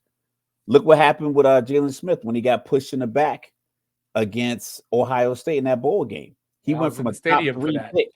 He went from a top 3 pick to crying his heart out for being drafted like late in the 2nd round. And it still took another year to rehab. Yeah, look at him now. He kept playing. He played for a while. He was a stud football player, but his career was essentially almost over for free. So, but you can get everybody riled up saying these guys are getting paid. These guys are getting paid. Right. These guys are getting paid. Meanwhile, Jimbo Fisher getting 25 racks a day to sit at home. Yep. So there was this guy. That's the piece that bothers me most, because I feel like internally I'm more of an advocate for the masses, and I don't like when the masses are getting manipulated. Yeah, that's just like when I was talking about Peacock earlier. You know what I'm saying? Like, yeah, somebody got to stand up, but you gotta turn it off. You can't watch. You can't watch. You want to watch the game? We got streams. We got streams. You can put that shit on your Xbox or your PlayStation 5. You know what I'm saying? You don't need Peacock, but it is what it is. So, of course, where basketball season is in full swing right now, watching the Clippers and the Thunder, 93-85 Clippers. Clippers are 22-11 since the Harden deal. They are fourth in the West right now. OKC second in the West right now. Somebody said earlier in the crowd that this is a Western Conference Finals preview. So, Mr. Logical, how likely is it that this is a Western Conference preview that we're watching right now? Western Conference Finals preview. Very young team, the very old team being your finals matchup. I mean, we had that last year with Denver and LA. So I'm not saying it's like impossible. I don't know what the odds are. I wouldn't bank on it. Like, that would be my betting matchup unless the odds were just really good and I can get paid. I like the Clippers. I just don't know. We're at January 16th, about to roll into the 17th here on the East Coast. I'm not sure how many quality games you're going to get after the All-Star break, because you get about 32, 34 games or so at the All-Star break on average. How many quality games you're going to get with healthy Kawhi, Paul George, Harden? Are they going to be committed? Can they get you through April and May? That's a long stretch of basketball. It is. We're like I said, we're in mid-January right now. You got to get 5 more months out of these guys. I think OKC is young. Yet. Trade deadline, but it's like I think Kawhi just signed like a $50 million a year contract the other day. I think it was like 3 for 129 or something like that. I thought it was 3 for 152. Could have been. It was something like that, because I was thinking about all these $50 million deals that guys are having. So I mean, I like it. The NBA hasn't really been like on my radar heavily. Like I watched a few games here and there. I watched a lot of Wemby early on. Um, a lot of I see the Lakers standings, and I hear people Yeah, talk 3 years, every year 152.3. Yeah. 152.3. So it's like the way they were talking about Kawhi past couple of years, it makes it sound like he wasn't going to play 3 more years. But I'm like I said, I like that the Clippers are good because they're going to get their own I'm stadium. still not convinced he can. I mean, maybe these years of low management, he's gotten used to it. Maybe he got a good routine. Maybe whatever surgery he had, really took, and he got stronger because he looks spry. He does, But but most of always these guys what's always are. concerning is that he always gets injured right before the playoffs or during the playoffs. They're like freak injuries too. It's weird. It's like Yeah. a bump in his a quad muscle's torn. A Well, bump his ACL. knees are like 12 years older than the rest of his body. Well, it still makes him about our age. So You know, I'm just saying. that's tough. I don't know if I'm running down the court with these knees. Yeah. I might hit the stair stepper or something. Yeah. I like it. I did talk about this the other day when was talking about like the NBA has I think they just have a personality problem. I don't think they have enough personalities that people who aren't fans holistically of basketball can just attach themselves to. Like, oh, I like this guy. Like we like Dominic Wilkins, we like Clyde the Glide. They don't have any cool nicknames now. Well, unfortunately, one of those Personality is guys. kind of dull. Well, unfortunately, one of those guys is out for the season. Mr. John Morant. John Morant. Zion Williamson still looks like a 14-year-old out there playing basketball. I'm like, grow a beard. And Paul George tries to have personality. Like he has personality on his podcast, but when I hear him talking like just regular, I'm just like, he seems like a cool dude. He's not yeah, he just polarizing. seems like a laid back, like just like cool a dude. And then probably the most polarizing guy is the guy you don't want to hear from a lot. Because I mean, I like LeBron, but you don't want to hear from that guy all the time. I don't want to Kevin hear Durant about doesn't him, really say let much. alone hear from him. I like Jeff T. Like I said, I like what he's doing. I like Paul George's podcast, but it was kind of weird. I saw a video today and I thought to myself as an old head, there's no way in hell Barkley would be on a podcast describing how he got dunked on with the smile on his face. Like, if anything, he'd have been like, next time he go up there, I'm gonna elbow him right in his ribs. Yeah. Or like, man, why don't you bring that shit up right now? Like just lose all composure in the middle of his show. It's like, Paul George is no like, yeah, windows man, around. I was in no man's land, and Zubac was there. Like, yeah, you were just in no man's land. It's like the season's still going on. We can talk about that later. Talk about that when your time's up. Talk about that when you talk about that at your Hall of Fame speech. Yeah, like, oh man, it's one time we all seen the video. This is what really happened. I mean, but like he talked about literally, it's like last week. It was a dunk of the century or whatever. Yeah. So I just think that NBA, they have, like I said, they have a bit of a personality problem. I don't think people are as intrigued by the matchups anymore because it seems to be all about the playoffs, even from week one. All the questions are: can the Lakers win a championship? Can Boston win a championship? Can they win a championship? Can they win a championship? But it's like, can they win 10 of their first 12 games first? Well, Boston's got the best record in the league right now, but we saw what Milwaukee did to them last week.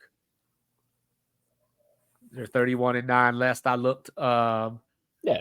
So it's like, and that's the thing is like I just feel as if they're not doing enough to just really highlight and showcase.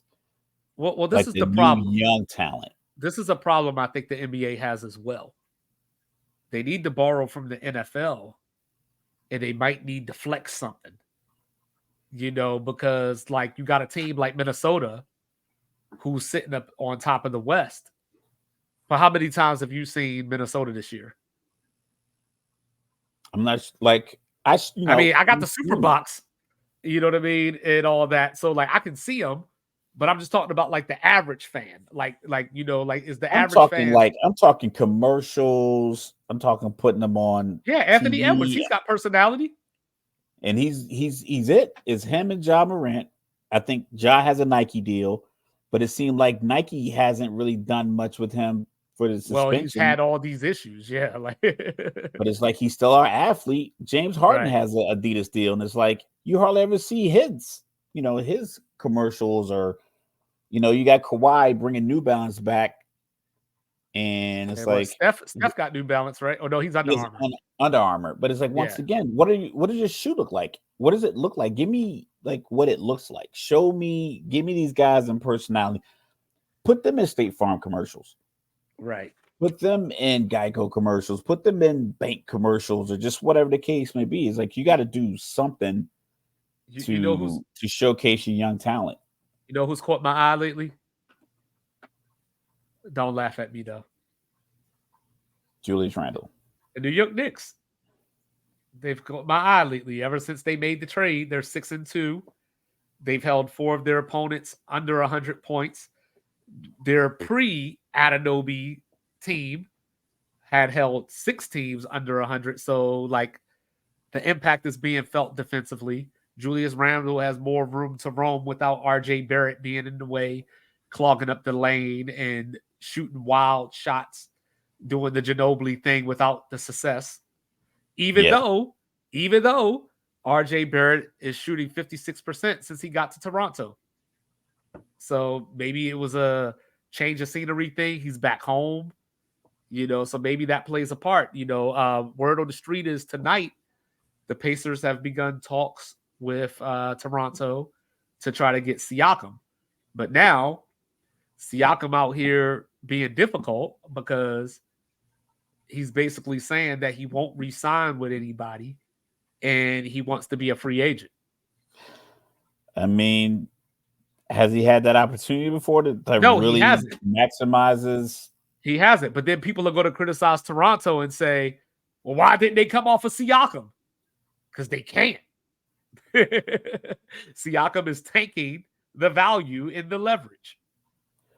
A la Anthony Davis when he wanted to go to the Lakers. Yeah, and Carmelo Anthony. Trae Young's people coming out saying that he wants to play with Wembanyama. Meanwhile, the Spurs are trying to reunite with DeJounte Murray, who, surprisingly to me, is on board with that. I think because I watched a few of these Spurs games, these guys who are more traditional point guards are like, man, I get 14 assists a game if I had Wemby on my team. Just off of him. Just him cutting to the lane. I'm not even running another play. That's how you know they're a young team, because they go through so many stretches where he doesn't touch the ball. I've seen a few games where I probably was texting you like, they really don't. I'm like, either he's a bad teammate or they are just so inclined to run the San Antonio system that there's no room for any kind of ad lib to it. Whereas, that's what happens when you got like a 75-year-old coach, right? You talk about the triangle, and Kobe will break down the triangle about how it just moves, and it's not all about me just shooting all the shots. It's about creating space by moving. So like there's always 2 or 3 things you can do. Like you can shoot, you can pass, you can cut through here, and then you just move the triangle when you cut. So it has a lot of nuance and variance to it. So you can pop off of that. It seems like the San Antonio system is very like just not a lot of flair to it. Hence why a lot of guys like Steven Jackson, Kawhi Leonard, DeJounte Murray, right, a lot of those guys that have that I want to get in my bag and showcase what I can do talent don't really thrive there. Like James Harden would never work with Popovich. Oh, not even close. Not even close. Whereas he was the pinnacle of basketball success with D'Antoni. So I think it might be a situation where maybe you get a traditional point guard in there. I'm not sure how Trae Young works for Pop, because I don't know if he's a Tony Parker type of point guard with Pop, or right, is he still more like that AI and Wemby is the Timbe Mutombo kind of position where you're just the big man who benefits off the fact that you have a smaller scorer that's creating space. Right. And quick mini, get it off my chest. You got a lot of those today. Yeah. So, Chicago, what the hell is wrong with you? why are y'all out here treating Mrs. Krause like this and her kids? Like, I get it. Jerry had a bad, or y'all had a like up and down relationship with Jerry Krause. But I will tell you this: you ain't been shit since he left. Now, granted, Michael Jordan Jordan left left as well. You know what I him. mean? But I think that might granted, have played a tiny factor. it definitely did. I'm gonna But give it Michael Jordan, 23%, didn't bring somewhere Scottie between Pippen 23 in. and 45%. Michael Jordan didn't bring Scottie Pippen in when Scottie Pippen was some young dude that went to Central Arkansas that had long arms. He didn't take that chance on Scottie Pippen. Jerry Krause did that. Michael Jordan didn't go hire Phil Jackson. Jerry Krause did that. Last I checked, Michael Jordan didn't win a title until Jerry Krause did that. So I get it. It didn't end well. He did the whole thing where I don't care if we go 82-0. This is the last season. I get it. The whole last dance. You Yeah, know what I mean? But it was idiotic. It was stupid. I don't care leave what his wife, leave the wife and kids out of it. Like I know Kelly Stafford made some comments as well about how Detroit was booing her and the kids. I don't know their relationship with Detroit. I know Matthew loved Detroit, but all I his don't kids were know. born in Detroit. Yeah, I don't know their relationship. But when I saw that the fans were just treating Jerry Krause's wife like that, I was just like, bruh, y'all would be lucky if another Jerry Krause walked through your door. But we know fan is short for fanatic. Yeah. Yeah. That ain't all it's short for, but I'm gonna stop there. But yeah. Are the T Wolves for real? They are number 1 in defensive rating. They're number 4 in net rating, and they're number 6 in true shooting percentage. So they are the best team in the West right now. Cat missed a lot of last year, so it was easy to say this doesn't work. But now we have it in motion, and it's working. So Yeah, I thought it was gonna work, even when people said it wasn't gonna work. I was like, it's gonna work because nobody. I won't say nobody else. They still had outside threats and outside presence and outside ball handlers, and then you had a 7-foot guy that can shoot and a 7'1" or 7-foot guy that can. Russ is just incredible. yeah, And a I think 7-foot guy that could defend the rim. So I think this expectation that you need that to be able to spread the floor, no big man is like, listen, I'd rather go down there and get a guy that's shooting 60-61% around the rim, or a guy that can defend on the other side. I know guys are shooting a lot of threes, but everyone's not good at it. right. So a lot of the starters aren't great shooters across the league. It's a lot of specialty guys, but it's not a lot of guys in starting fives that are shooting over 40% from three. Right. Even Steph doesn't shoot that well from three consistently. And when he goes cold, there's no alternative for the team, because they're like, oh, we built everything around this concept of shooting the three. We saw it happen with Houston with James Harden. It's like, I get that the 3-point, like the number 3 points is more than 2, but everybody doesn't have the personnel. The Lakers doesn't have shooters. It's a lower percentage shot. The Knicks were always pretty bad at, because Thibodeau, like those kind of coaches, just don't really have a 3-point offensive bag in there. The Spurs don't shoot the three very well. Yeah, the Knicks already gave up Emmanuel quickly, and now they're shopping Quentin Grimes too. So that's 2 shooters potentially out the door right there.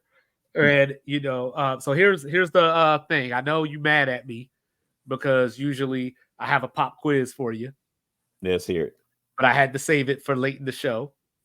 So the Lakers have played 18 games since the in-season tournament.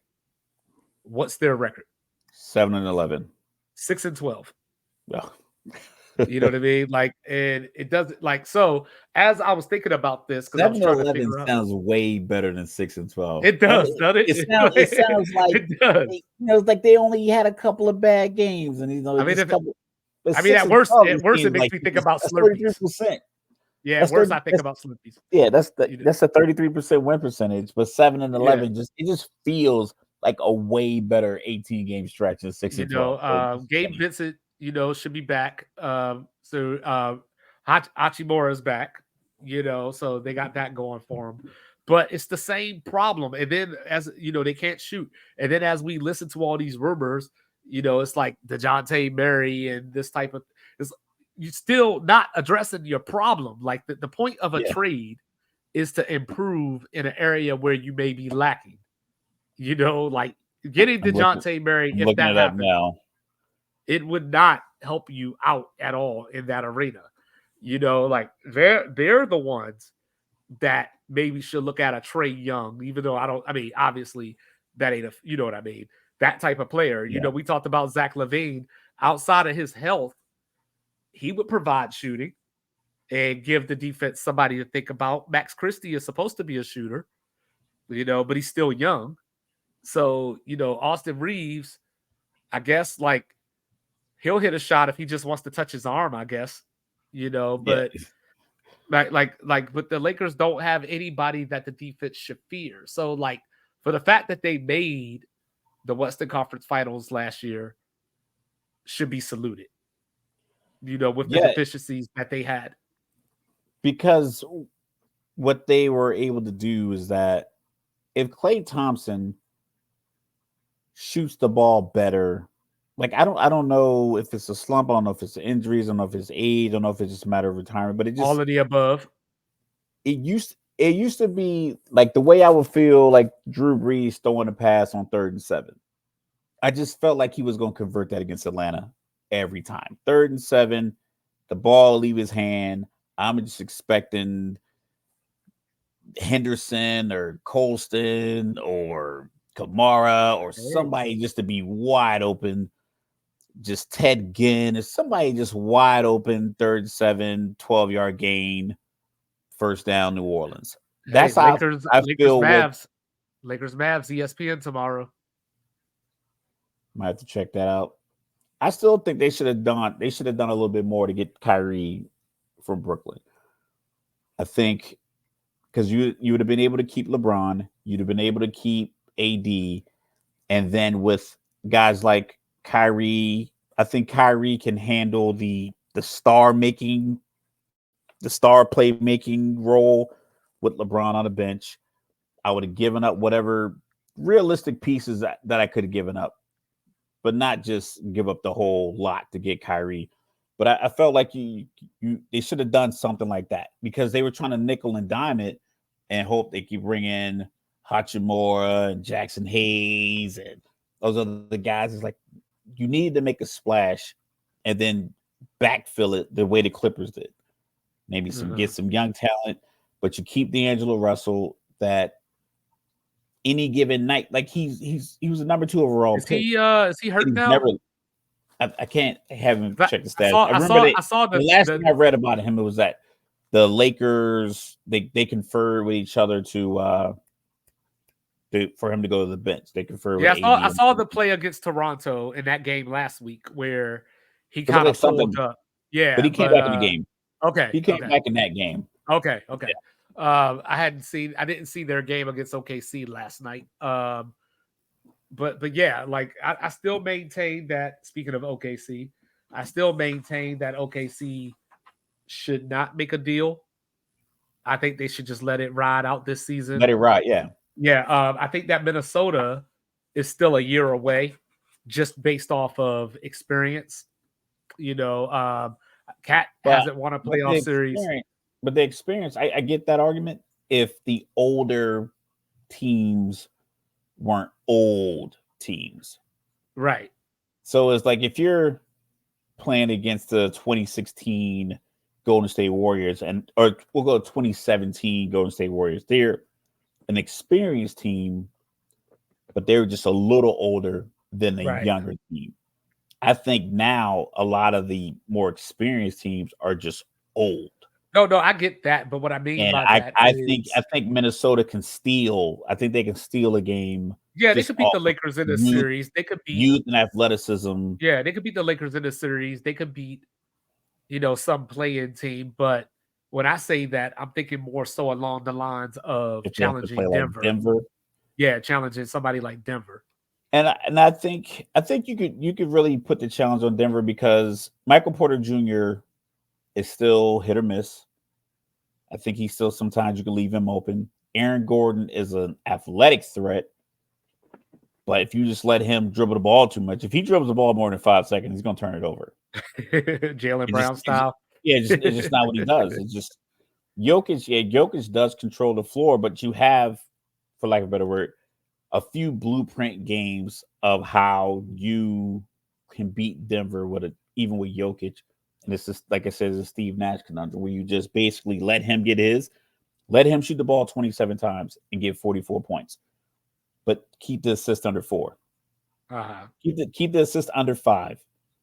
Yeah, we saw that tonight. If he goes 44, 16, and 4, you're probably going to win that game by 8. Yeah, we saw that tonight. Not the 44, but the low assist. And the low assist, but I think he was like nearly 30 points, double-digit rebounds. Yeah, 11 offensive rebounds at one point. Because then he likes to get the assist. He likes that. He likes to throw the no-look bounce pass. He likes to run the break. He threw one behind his head tonight. He loves it. But if on the break, if you just run to the shooters and just make him dribble it all the way up the court and fight whoever is going to defend him at the rim, especially if you have a big man that comes off the bench, you give up 6 fouls, right? And just make him like you're running a fast break. Cool. You're not going to be able to get his ball up. You got to run a whole 94 feet dribbling his basketball all game long. And you're going to have 44 points, but you can get 26, 27 shots. You'll get the rebounds because you're going to get some of your misses because you're going to be at the rim, but we're not going to let you kick it out. We're going to make you put it right back up.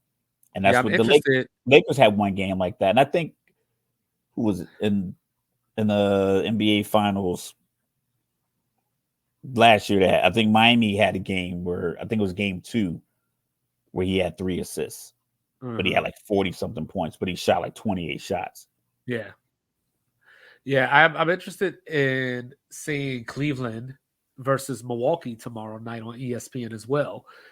Just from the standpoint of Cleveland has been surprising me with how well they've played without Mobley and Garland. So I know last week we were talking about, should they trade Donovan Mitchell? I still think the answer to that question is yes, because I just don't know if you could keep a star in Cleveland. But Mobley is a all NBA defense type dude. Garland, the only problem is that I think that Garland and Mitchell kind of intersect in some ways that like they end up being the same dude at times. And like Mitchell just jumps higher. Yeah, and you don't want. I don't say you don't want that. You would want that in a Kawhi, Paul George frame, right? Because like that 3 or 4 extra inches. Jaylen Brown Tatum, yeah. Jaylen Brown Tatum, like okay, I got a 6'8" guy and a 6'7" guy that can kind of do the same thing, but they can do multiple things that impact the game, whereas I'm not sure if Donovan Mitchell, what he's doing for you defensively, right, on a switch or just getting in the passing lane. I don't think he's like abnormally lengthy. I think he's just athletic. He's only like 6'2". Yeah, I think he's stocky and strong. But if you have 2 guys like that, it's okay. You don't stress my defense because I just put the same guy on each one of you, so I can switch the same guy onto you. Whereas like Paul George and Kawhi is like, I don't have 2 or 3 guys on the floor, and James Harden like 6'5", willing to shoot, willing to take contact. It's like I don't have 3 defenders that I could run at these 3 guys all at one time. I don't have 3 guys I don't have 2 guys on my team that I can run at Tatum and Brown consistently all game. Right. I'm gonna be in a mismatch somewhere. Either I'm gonna put a bigger guy on Tatum and he's gonna have the speed matchup, or I put a smaller guy on him and maybe he won't be as quick, but then now you switch to the post up. Right. Same thing with Jaylen Brown. Oh, what's this? Rivals week. Oh, NBA's trying some things. Yeah, Rivals week. Yeah. I'm interested. They already got LeBron's dunk in the highlight package. I saw that. Yeah. So I guess from January 23rd to 27th, teams are going to play their rivals. This is the second time they're doing it. So there you go. But yeah, so the NBA is in full swing. We're getting close to the All-Star break, so therefore the trade deadline is coming up. I mentioned Siakam, talk in talks potentially with the Pacers. Um, it looks like Atlanta has made Jalen Johnson unavailable, which makes sense to me. But at this point, who is a contender, or I shouldn't say a contender, but just a team that's in the playoff or like near the playoff that could be a contender that you feel needs to make a move? It doesn't have to be a specific player, but just who's missing something.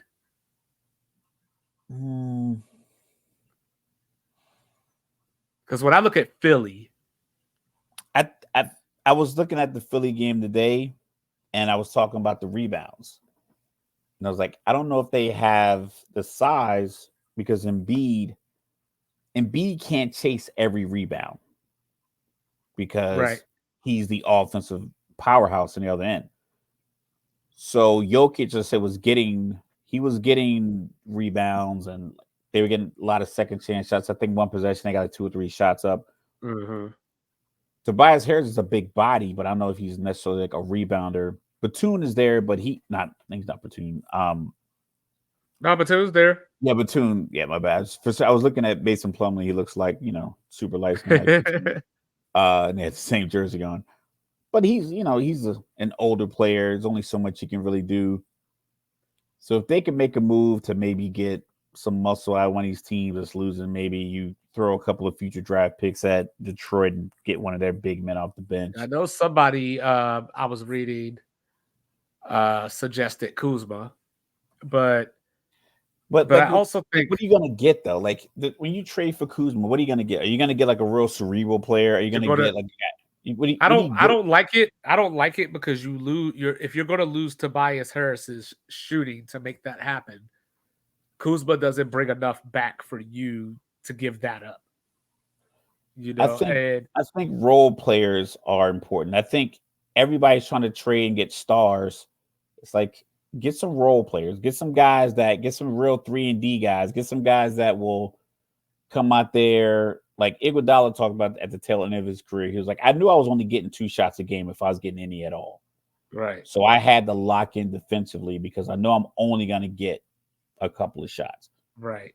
PJ Tucker would go no shots all game long, will have 5 fouls, but impact the game more than the guy who dropped might have 6 points. or 7 rebounds, 6 or 7 rebounds, close out, bad shots, cause a turnover here or there that doesn't count as a steal. Just that tipping the ball and just that that relentlessness. And I think a lot of teams need guys like that, and they hardly ever make trades for him. Like Siakam is going to be a good pickup, but you got to go to a team that's able to resign him. Well, to your point about Philly, that's how I feel about Sacramento as well. Like, I feel like Sacramento's missing something because Harrison Barnes is obviously a year older. He's not the player that he was in Golden State early in his career, but he still gets minutes, and they aren't playing your guy. Real quick, are you watching this OKC game? Yeah, I just saw Paul George hit the tray, but then my TV froze real quick. Okay, once it comes back, you'll see this is why I hate the 3-point shot. And all right, it's back now. Watch it. Oh yeah. But shoot the open 3. Just because, yeah. And I think now you're gonna waste the challenge. My bad. And I think that they aren't playing your guy a lot, Davion Mitchell. So if you're not going to use him, you might as well trade him and get something that you will use. Because analytics tell you can't use a 6'1", a 6'2" guy. But I'm like, if he has a dog in him, right? If you got a Pat Bev kind of guy, you need that guy. Pat Bev, like I say, we talked about it before, dropped averaged 37 points in high school in Chicago. Right. And it's in there somewhere. He just plays defense. And sometimes that's all you need. You just need people. He was giving the Warriors last year. He was giving the Warriors fits last year. He was giving Kevin Durant fits when he played for the Clippers. You And know, yeah, he's like, he still got 50 points. He's like, not like we didn't try to stop him. It's just, oh, I was talking about Davion Mitchell. Yeah, like yeah, but Davey, yeah, I'm saying, like that kind yeah, of like yeah, that matchup, So I just feel as if teams, they want to swing for the fences, which is fine, but you need to manufacture some stuff in there. You need to manufacture second chance points. You need to manufacture good defensive standing. You need to manufacture the opportunity so you can get the offensive rebound, kick out for the open 3-point shot. Yeah, you might run the set where the guy gets an opportunity at the three, but the scramble for the rebound is where all the jumbling, all that happens. right. So you get a PJ Tucker scrambling, gets the ball back in. Now defense is out of position because 2 or 3 of them are trying to get the rebound. Now you get an open 3. Yeah, dog, you're gonna lose this challenge. And then last thing for me, Bulls. I'm not picking on the Bulls, but Bulls. If you Bulls are go and 2 trade years late. Zach They're 2 years late LaVine, on that just move. do it. Just do it. Like we saw what Atlanta ended up getting for John Collins after years of pissing around and not making the move. So you might as well just get it over with. You're not going to get what you think you deserve for him because everybody knows it You have been no time for him leverage. to go. Yeah, You have no leverage. If I know you lost your driver's license, you got to sell the card and pay your court fees. I'm not going to give you the 15,000 you asked for. yeah, just call I'm gonna give you 8. Miami. Just call Miami, get Kyle Lowry and something, and just move on while you can. You know what I'm saying? But on that note, he is world famous, New Jersey's owned by way of VA. You're Mr. Logical. born in Texas. I am. I am born in Baltimore. Went through the winters of Alaska. Earn the iron earn. You know what I'm saying? Earn the iron earn. You know what I'm saying? San Antonio, Alamo, come take it. 2-5. We are Sports Reports is ordered, and we'll be back on Thursday with picks. It is the divisional round. We're getting close to the championship weekend and the Super Bowl. I can't wait. I'm excited. And I'm also excited to tell you, America, that we love you. So like, subscribe, share, get your grandma on the game. You know what I'm saying? All that. With your grandma glance. See you in a few days. Peace.